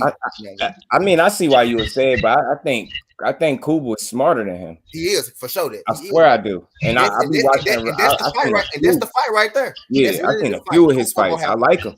But I think Cool Boy will have to be on his A game against Alin. He got to be smart. He had to be defensively aware. He got to be on point because this dude may have faster hands than you. You know what I'm saying? He gonna have to be like that, and that's gonna be the difference. Cool Boy being able to maintain his game plan, and FREESTYLE being able to get his shit off. You know what I mean, but if Reese can't touch him, because Cool Boy got that sleek defense. So if he on this shit, then like you said, it could be an easy night, right? And it could just be. But you know what I feel like this is? I feel like this is Boots, Speedy, Rashida Ellis. I feel like this with FREESTYLE and Cool Boy. Yeah, that too. I think because he caught him on the same thing going on here. Yeah, he caught him scared boy Steph. So once he starts slinging an insult, then he gonna hit him with the ultimate one. Oh, he hit bump. You know what I mean? But I'm telling y'all, bro, 60-40, right? 60-40. It ain't a landslide like I think people think. 60-40 Cool Boy. Nah, yeah, hell no, it's not, because Ra'is really could fight. 60-40 Cool Boy, I will go. And that's just me being we're gonna have to fight. We're gonna have to see what direction he's gonna go when he goes up to 122. Facts, Teach. We might even see Monster fight freaking Ra'is Salim. So faster reflexes than Cool Boy. Nice fight. I don't know, because that last fight, something looked off in his last fight. Cool Boy didn't look off in his last fight. That's just to me. Ra'is Salim looked a little bit off in his last fight. He still was getting it done, but he looked a little off, just a bit. I don't know what was missing. I gotta go watch it again. I'll be able to pinpoint it, but it was something. How you be watching a fighter for so long, right? And then he end up running into another fighter you fuck with. That shit be crazy how this shit happen. Yeah, and then you like, damn, you want to see it, but don't want to see it at the same time. That's crazy. Them folks done bumped into each other. Yeah. I mean, to be honest, up until this point, nobody had this type of disdain for Crawford. That's how it is for them. For me, I was watching him for years. And to see them meet up, I'm like, damn, they really met up. And it's like, I mean, it ain't happened, but they met up. That's the same shit. Been watching that dude for years, man. Y'all ever seen two small, quick niggas fight? Tell me that shit is a banger. Shit like a Dragon Ball Z match. And it might, and more than likely, is going 12 rounds too, because neither dude hit real hard. Yep. I mean, they ain't punchers. She look like a Dragon Ball Z match. Facts, war. They gonna go at it. But hey, just do. Have you previewed Floyd's card yet? No. Nah, you can talk about it. You can talk about it if you want. That's why I want your thoughts first, bro. Oh, what you mean on him fighting the YouTuber? No, just you talking about him fighting the YouTuber? Well, Jaron Ingram is on the card. That's the one that said Tank can't box. I did something on that too. I asked Brian Norman about him. He ain't never hear about him, but I ain't surprised because he only 3-0. It just made for a good question because I'm like, you've been in there with him too. So what's the difference? Why is it that he say he can box, Brian Norman feel like Tank can box, but you feel like Tank can't? Gotta whisper that, Josh. Yes, Josh, but but I think when they say he can't box, I think they say they mean Tank can't box at a certain level. Like I think when they say, "Oh, Tank can't box," I think he means Tank can't box at the level of a Shakur or a Devin. But think about it. This a 3-0 fighter talking about he can't box. This is a 3-0 fighter talking about Tank can't box. Well, you're gonna have the chance to see him fight for the first time live. Yeah, I want to watch it. I'm glad you told me. I appreciate you, Mike. Y'all know boxing. He is fighting the guy who knocked out Floyd's bodyguard. I'm gonna tell you exactly what it is. Ingram is a fighter that went in there and try to really fight Tank like it was a real fight. And Tank went in there just working on shit. That's what it is. That sounds. Ingram's 21 years old. Maybe a different direction. Ingram's young. He's 21 years old. Tank go spar everybody with a little bit of name, and then you gotta think Tank already older. He not giving them folks everything he got, bro. He just seeing what they got. I don't think so. Everybody, you notice this real quick. My bad, dude. You know, everybody say, I did good against Tank. I did good against Tank. Why I think everybody feeling like that? But Tank just seeing what you niggas got. As soon as he want to unleash on y'all, he could unleash on y'all and put y'all to bed. The only person who made it through there was Brian Norman. And you know why I know that? Brian Norman and Keith Hunter. Everybody else got their ass touched up. Everybody. You know why I know that's true? Because what you saying exactly? Because listen to what Brian Norman just said after saying he could buy. He like, yo, when that boy switched on, you know what I'm saying? He like, man, I ain't gonna lie. He switched on. He basically, he nice. telling you. Yeah. And that makes me what you saying. Like when he want to do that shit, he do it. That's what it sounds like to me. It's nothing to prove. Tank, go see what you got. He exactly. Every young dude with a name, everybody with a name, halfway with a name. He goes. You get what I'm saying? That's not a coincidence that he sparred all. Just think about it. Who didn't he spar? He ain't ducking no smoke. Exactly. You get what I'm saying? And I think he understand the way Floyd do. That shit you do there, that's cool, but you ain't doing that shit under them lights. And I know some of them people, y'all talking about this sparring, yo. If they was to put you in there with Tank tomorrow, yo, like he'd knock you the fuck out. All this talking about he can't box. I just be like, man, that sound crazy. Tank transformation came when he stopped fighting like he sparred. Tank literally sparred like he go out there, he go feel you a little bit, see if you can hurt him. If you can't hurt him, he go beat you up. He had to get out of there. Now Tank going out there with his jab, moving, counter punching, all that shit. So now he a different level. But that's how Tank. That's what he used to do. That's why everybody's saying, "Oh yeah, I got over Tank. I got over Tank." Because that's how he spar. He see what you got. He you know I know I can knock you out. That's how he thinking. I know I can put you down. Fuck you talking about. So I'm finna see what you got. That's what people say. Yeah, I did my own. Okay, but Tank let you live for a couple rounds. What? So, but yeah, Jaron Ingram, he's fighting. Also, I'm labeling this Mayweather card Team Mayweather versus the Money Team versus Team Misfits. So since this is like that's KSI's thing, the Misfit team. Misfit. So TMT versus TMT. On one side you have Team Misfit. Paul Bamba. You have Anthony Taylor, the clown stooge of Jake Paul. He keeps calling. You went out, Alex.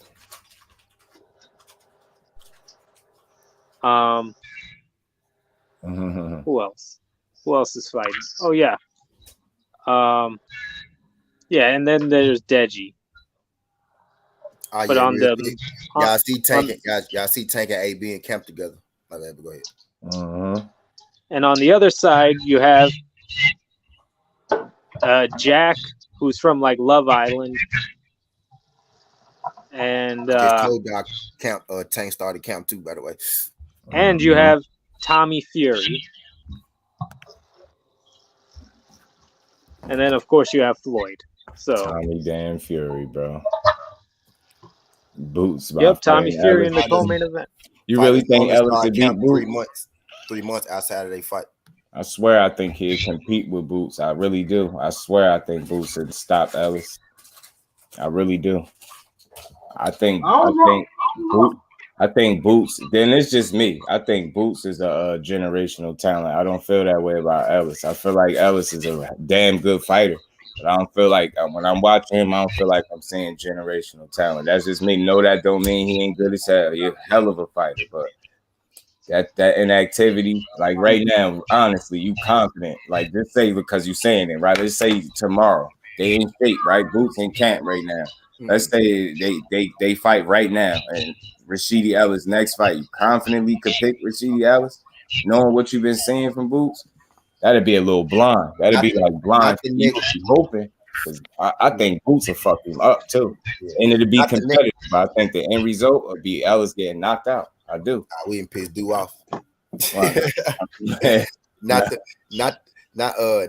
the next fight, dude. I think the next fight now, because he was out for a minute because he was doing the little legal shit with Golden Spatula. Yeah. And, he got a fight, right? He had a fight with somebody else. This is what people don't know. He had a fight with somebody else. Dude pulled out like 3 days before the fight. And then they had a fill-in fight. But then he ended up knocking the goddamn fill-in dude out in like 14 seconds. So he still really ain't had no fights or shit like that. So, but then again, you right on and active because you knocked the nigga out in 14 seconds. Why you not fighting in November, December? You know what I'm saying? Why you didn't fight fucking the month or after you knocked the dude out, and why you not fighting again in December? You know what I mean? So yeah, I get you on the inactive part. But right now, next fight, Boots will fuck him up. End of next year, I don't know. You know what I mean? I would take Boots. I would bet on Boots. right? It's a much more even fight after he get another fight in for sure. Another two, that's what I want. One or two more fights. I agree with that because I'm like, I just keep hearing like, here, do this to Boo. Hell no, you not. No, the hell you not. Some stories I hear from this dude about this dude and then the shit I see him doing. That shit crazy. Boots you gotta put Ellis in there with a guy like Boutier. You know, I bet on that one though. A dude who ain't gonna say no. You know what I'm saying? Ghost. And I like Rashidi too.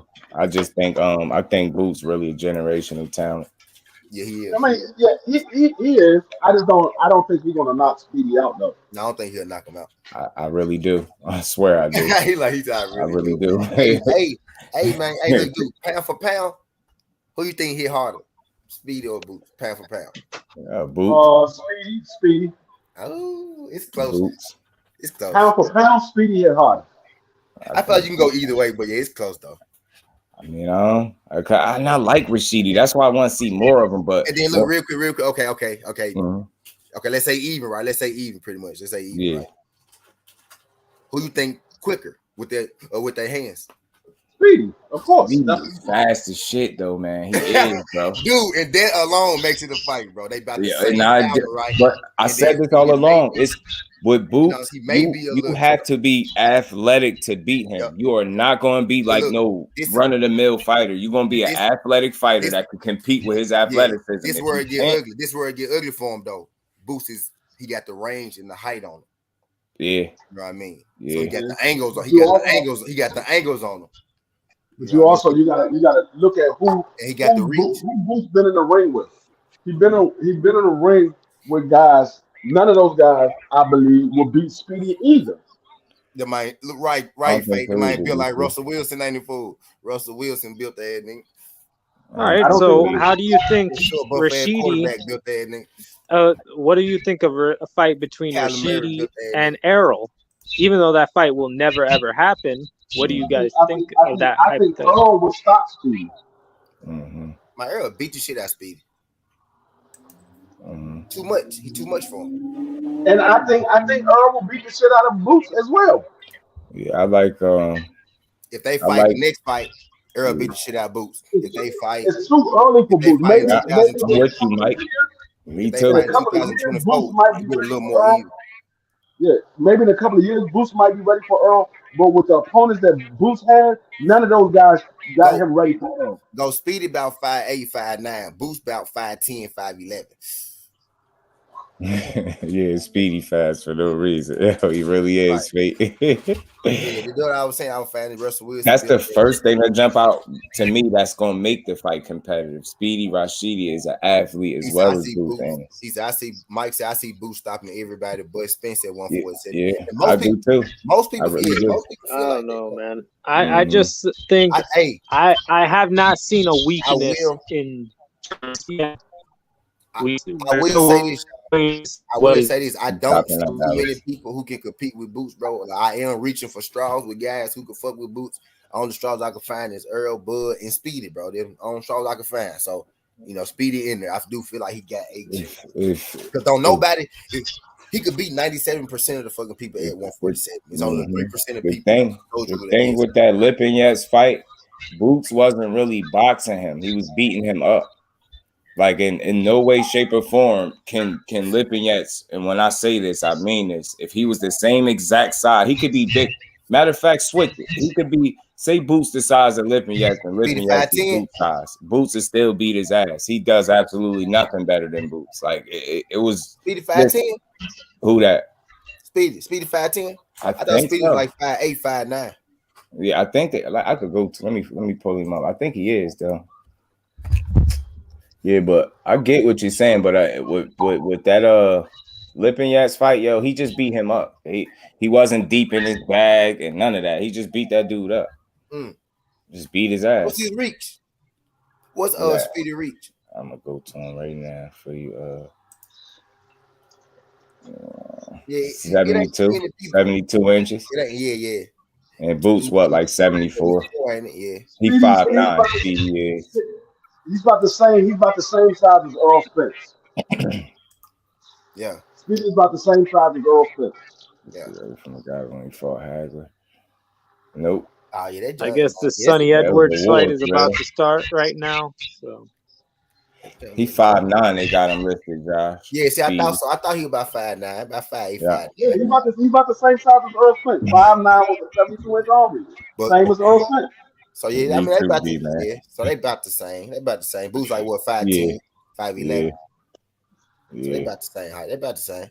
And Boo's got 2-inch on. So relatively, they the same size. Relatively, they the same size. Relatively. I don't even realistically, Boo's still a little taller with a little more reach though. Still, he a little taller with a little more reach.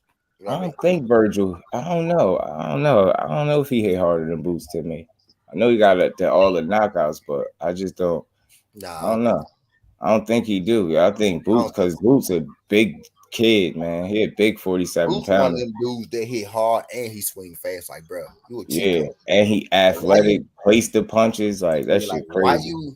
Why you Never strong? And I was about to tell you, Just Do. I don't think it's so much of Boots' power; it's his punch placement. Yeah, he put him on the right spot. Yeah. The killer thing about Boots is he fight like Bud, but he attack the body like Earl, and that's why he a dangerous man.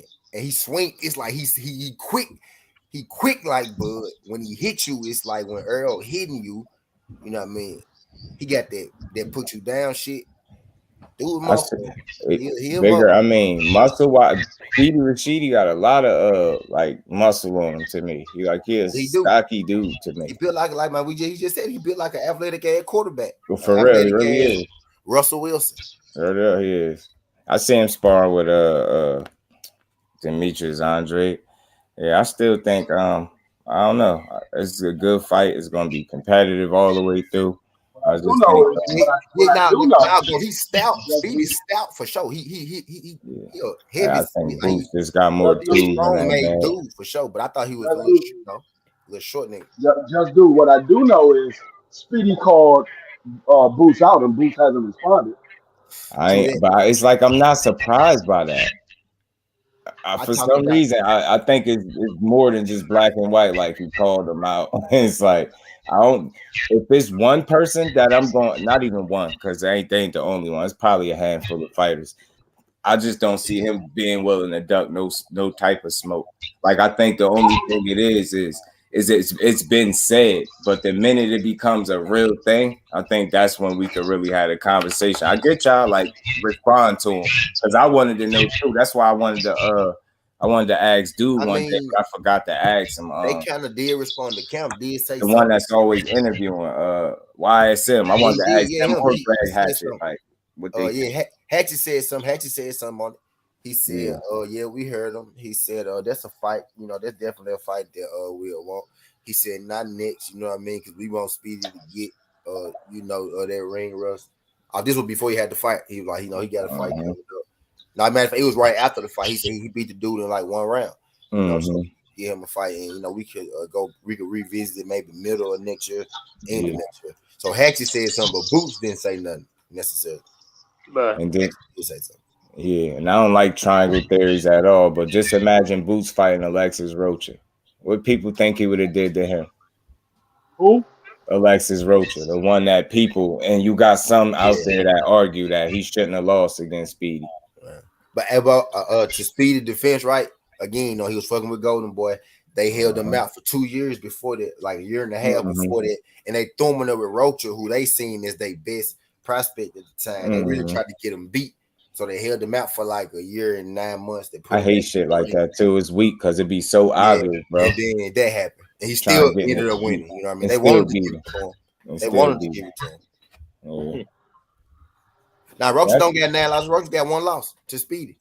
And that's the only issue though for me. Like that's where the lack of confidence comes from me. It ain't skill, athletics, none of that with Speedy. It's just the inactivity. Yeah, you ain't seen him enough. Let me see him a couple times and let me see him put it together. I know he got it because I seen him do it, but I hate now everybody at PBC has an activity problem.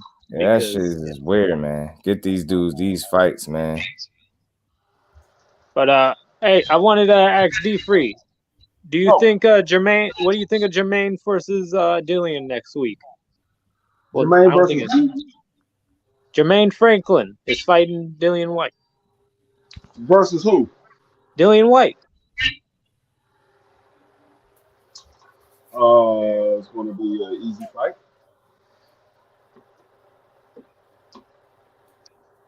I think this shit going 12 rounds. Dillian White gonna struggle with Jermaine Franklin. Watch. You said Dillian White?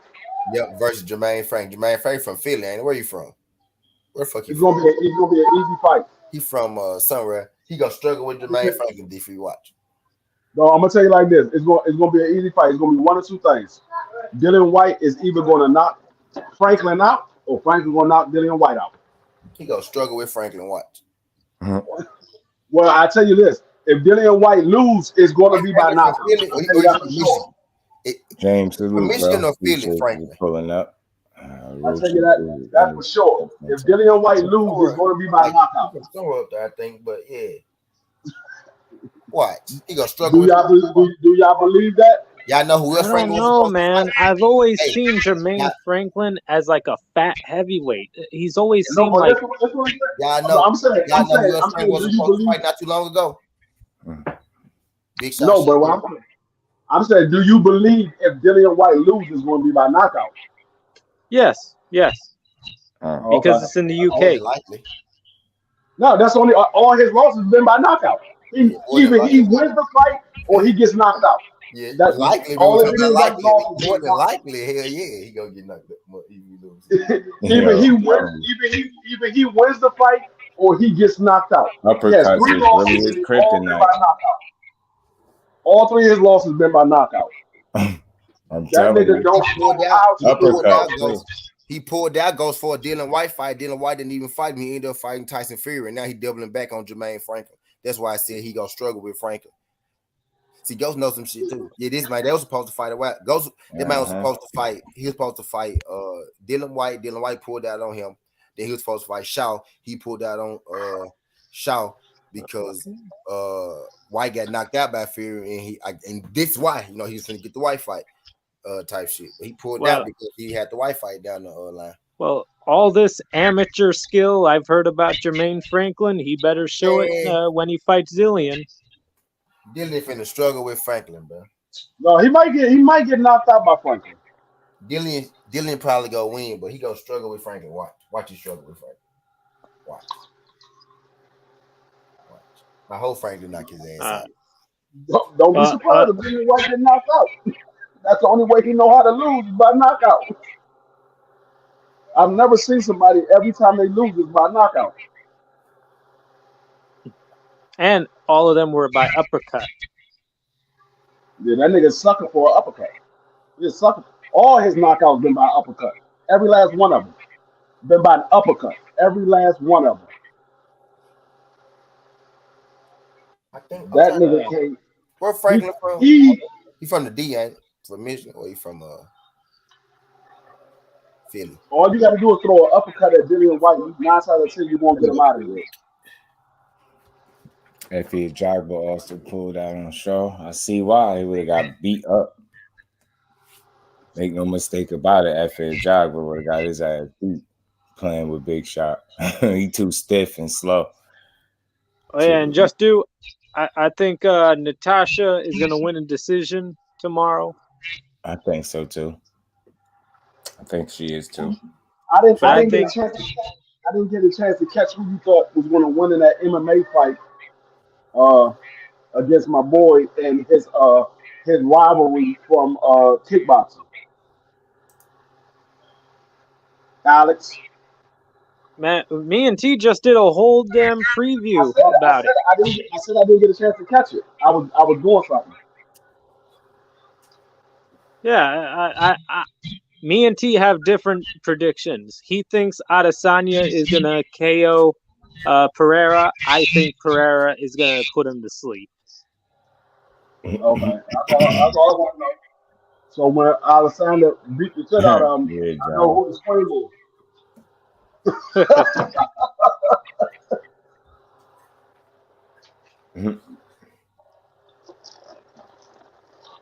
Then pick on Ghost, D-Free. Ghost is the Adesanya hater. I mean, he could be another person I scream on to. He could be right along with you. I scream on both of y'all. So if Pitbull turns Shakur down, is that a duck or what? I wouldn't say the duck because Bob Burnham always said it's not gonna happen. Yeah, but the reason that he said it is because he's suspecting that Pitbull is going to not want to fight. He ain't say like normal Bob Burnham shoot the fight down from his side. He think Pitbull know how good Shakur is and he gonna want to go in another direction. Now you hear it, you hearing the whispers coming out that he's saying no because he want Tank. He said no because he want who? Tank. The rematch with Tank. So he's saying no to Shakur so he could get a rematch still with Tank. This dude obsessing. I truly wish Tank didn't hurt his hand in that first fight and he would have knocked him out. I really do. I really wouldn't say that it's a duck. I'm gonna tell you, and I'm gonna tell you the reason why. I wouldn't say it's a duck. One, he wanted the rematch because he felt like he won against Tank Davis. And a lot of other people felt like he won against Tank Davis. We're not one of those ones that felt like he won, but a lot of other people felt like he won against Tank Davis.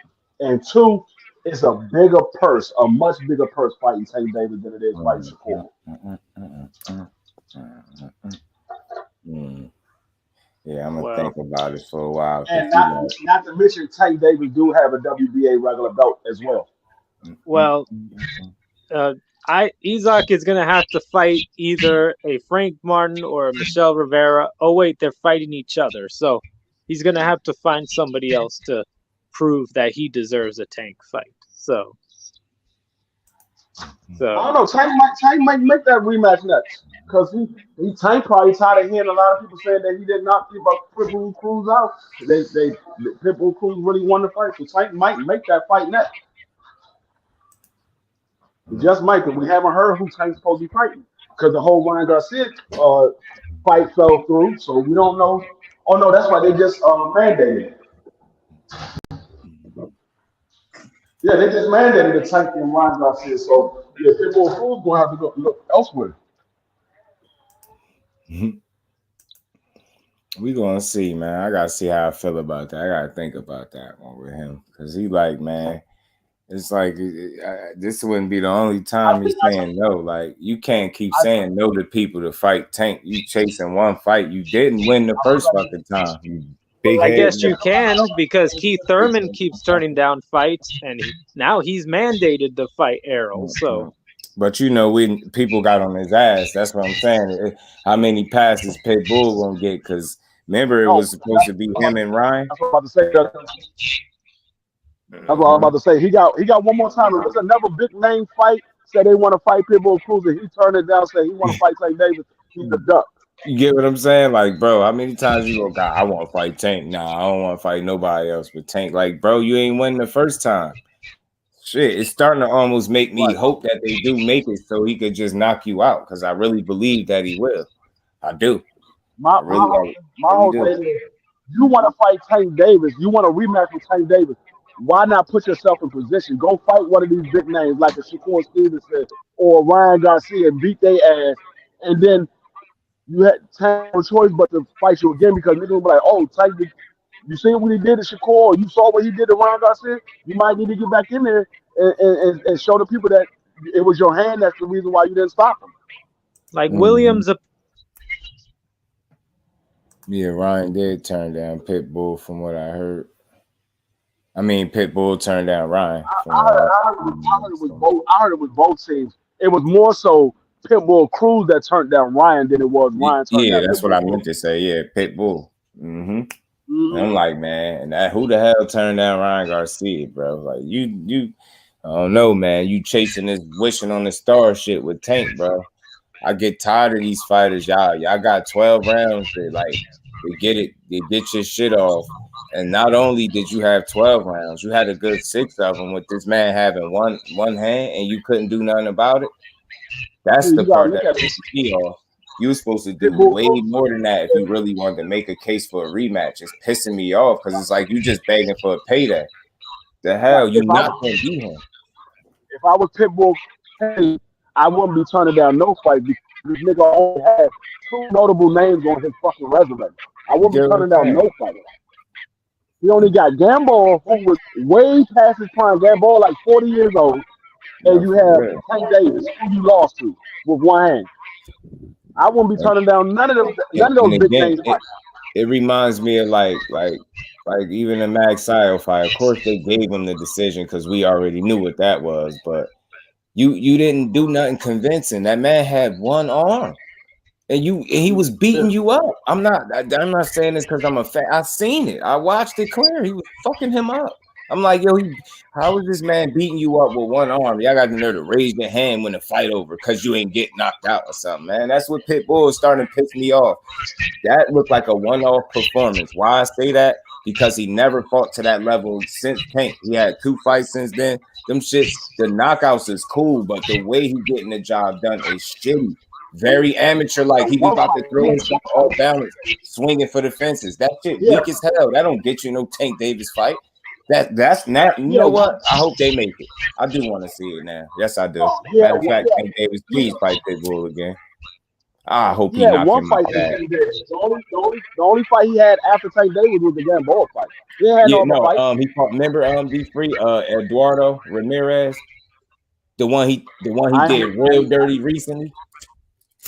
I didn't even see that fight. I didn't even know he had another fight.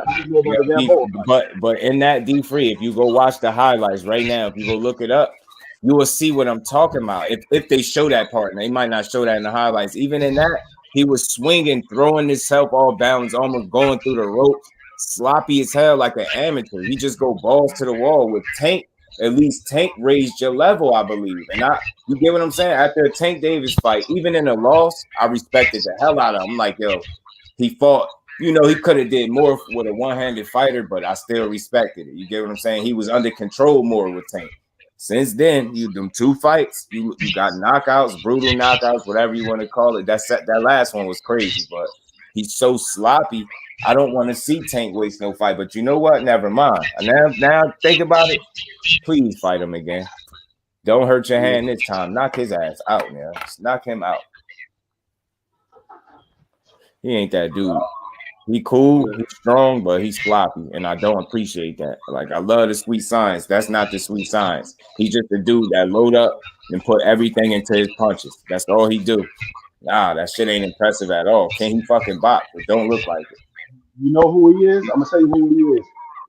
He's a small Spanish Torres. That's who he is. He's a small Spanish Torres. Sloppy as shit, D3. I'm like, yo, and I'm expecting to see like level now because you've been in there with somebody that forced you to raise your level that night, and even though you didn't get the win, you fought more composed. Is what I'm saying. I didn't see a lot of you was still you, but it wasn't that sloppy and wild. Like that shit's sloppy. You about to throw your own self off your feet with just loading up and missing. I'm like, nah, you're never gonna beat Tank, yo. You're not gonna beat him. You just getting the paint, and now it's pissing me off because if you really was trying to make a case for yourself, you would be looking good, man. Whatever happened to looking good? A knockout don't mean you look good, yo. That's it. I ain't never see somebody get an impressive knockout like back-to-back ones, and he just looked sloppy doing it both times. I'm like, man, get this amateur out of here, man. Get him out of here. Yeah, I'm calling him an amateur because that's how he behaving, loading up and shit. I get it. You got people in front of you that don't belong in there with you. I get that. But damn, man, I don't want to see no sloppy fighter get another shot at Tank. You sloppy and you're not going to win. Knockout or not, what you going to get? Another moral victory if you don't happen to knock your big head ass out? People be complaining about that. Tank, I see he can't knock everybody out. What I tell you? Like, you can't knock everybody out. He might be one of them people. But he won't beat him. I tell you that. He won't. They damn sure won't beat him. Hey, Just Do. Before I head out, just a fact check. Jermaine Franklin is from Michigan, and it looks like Sonny Edwards is head on the cards right now, and it looks like he's gonna win another decision. So look like knockout boxing prediction's gonna be wrong. Might be, but what if he catch him late? Yeah, it's some fights on Pro Bellum right now, I believe. Yeah. So hey, thanks for having me, Just Do. D Free and T. Have a great one. All right. See you. All right, bro. Yeah, man, his ass. You want Tank? No, I don't want to fight nobody. I want Tank. You acting like Ryan. You ain't beating him, man. That's just chalk it up. You ain't getting nothing. How you damn sure ain't gonna get him. The chances of him hurting his hand again against you is slim. And I'm gonna keep saying this. What I saw in that fight, I seen him present a different set of challenges for Tank because that probably was one of the first, if not the second time he fought somebody that was shorter than him. That might have happened maybe one other time in his career, if I'm not mistaken. Maybe early. It might have been the other dude he ain't knock out. I'm not sure. I gotta look, but I seen that, the bobbing and weaving, Tank had to adjust to that. Clearly, if I'm recalling correct, Calvin Ford told him to start walking him down. That's when he started to come forward and he started landing shots. And even when he was blocking the shot, the weight that was behind the way he started rocking this dude, I'm like, yeah, it's a matter of time. And I seen him shoot one of them punches. I think it was an uppercut or something. It hurt his hand, and that was that. I was like, I think if that would have continued, that was the beginning right there of it. Like he was about to start walking forward and touching you. Because at first he was moving, and that's when I heard Ford tell him, all right, now walk him down. Start walking to him. It's exactly what Tank did. And I don't care how hard it looked like you hit, you don't hit harder than him. So your chin might be good, but if he'd have got the right punches on you, he would knock you out. He's so damn wild. And I'm not impressed by that shit. Wild ass dude. There's some fights on Pro Bellum though, Miss Joette.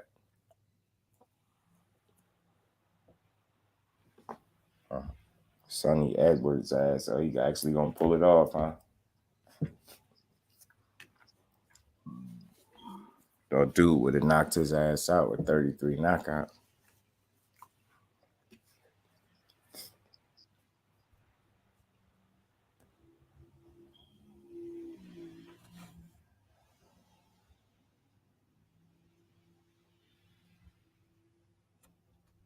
Robson brother fought earlier too. He won. Oh yeah, who that? Robson. You talking about Kinsey? It was an uppercut and Cruz had his guard. Which fucked his hand up. Yeah. The hands hit hands or something. Yeah, he took a picture. The picture is on Cruz Instagram. That's why he was taking credit for the injury, saying he made him hurt himself because their hands punched each other, or he punched his hand or whatever the fuck. No problem. Only issue with Herbert is they're not sitting on them shots yet. Oh yeah, I heard it. I heard about Herbert. Did hear his name.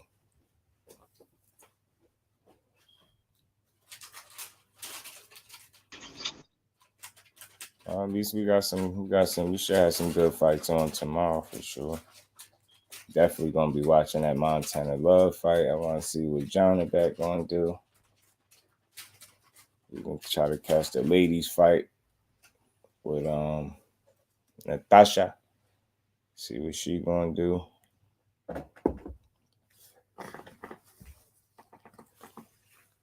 But yeah, Denzel Bentley probably about to get sparked. He already got a knockout loss to somebody that ain't on Janibek level. I think Janibek about to be 13-0 with 9 knockouts. We can face Olympic gold medals. Talk about a year ago now. Ain't his brother won both of them dudes gold medals? All right, my trip. Him and his brother.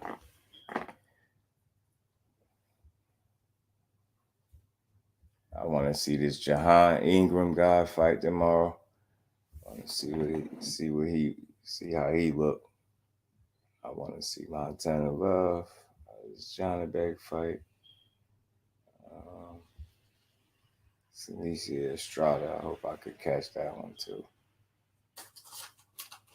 She gonna beat the chick up. She fighting. That chick she fighting ain't got no work for her at all.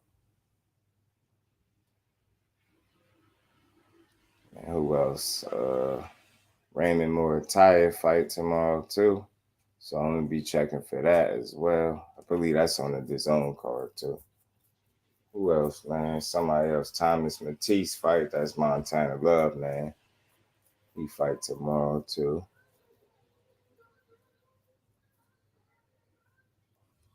And y'all guy Mayweather. Mayweather fighting a damn YouTuber again. But yeah, man. So y'all stay tuned. We got some good boxing tomorrow, man. gonna see which one of these cards I'm gonna try to call. Or maybe I'll try to do 2 of them if possible. I'm gonna see. But y'all smash that like button for me, man. We done had a good conversation, good build, good chop up. Appreciate my bros coming on as always. Y'all smash that like button for me on the way out. Y'all stay tuned. I'll be here tomorrow for these fights, man. So I'm gonna let y'all get up out of here. Let my bro get up out of here. He probably still live on his end.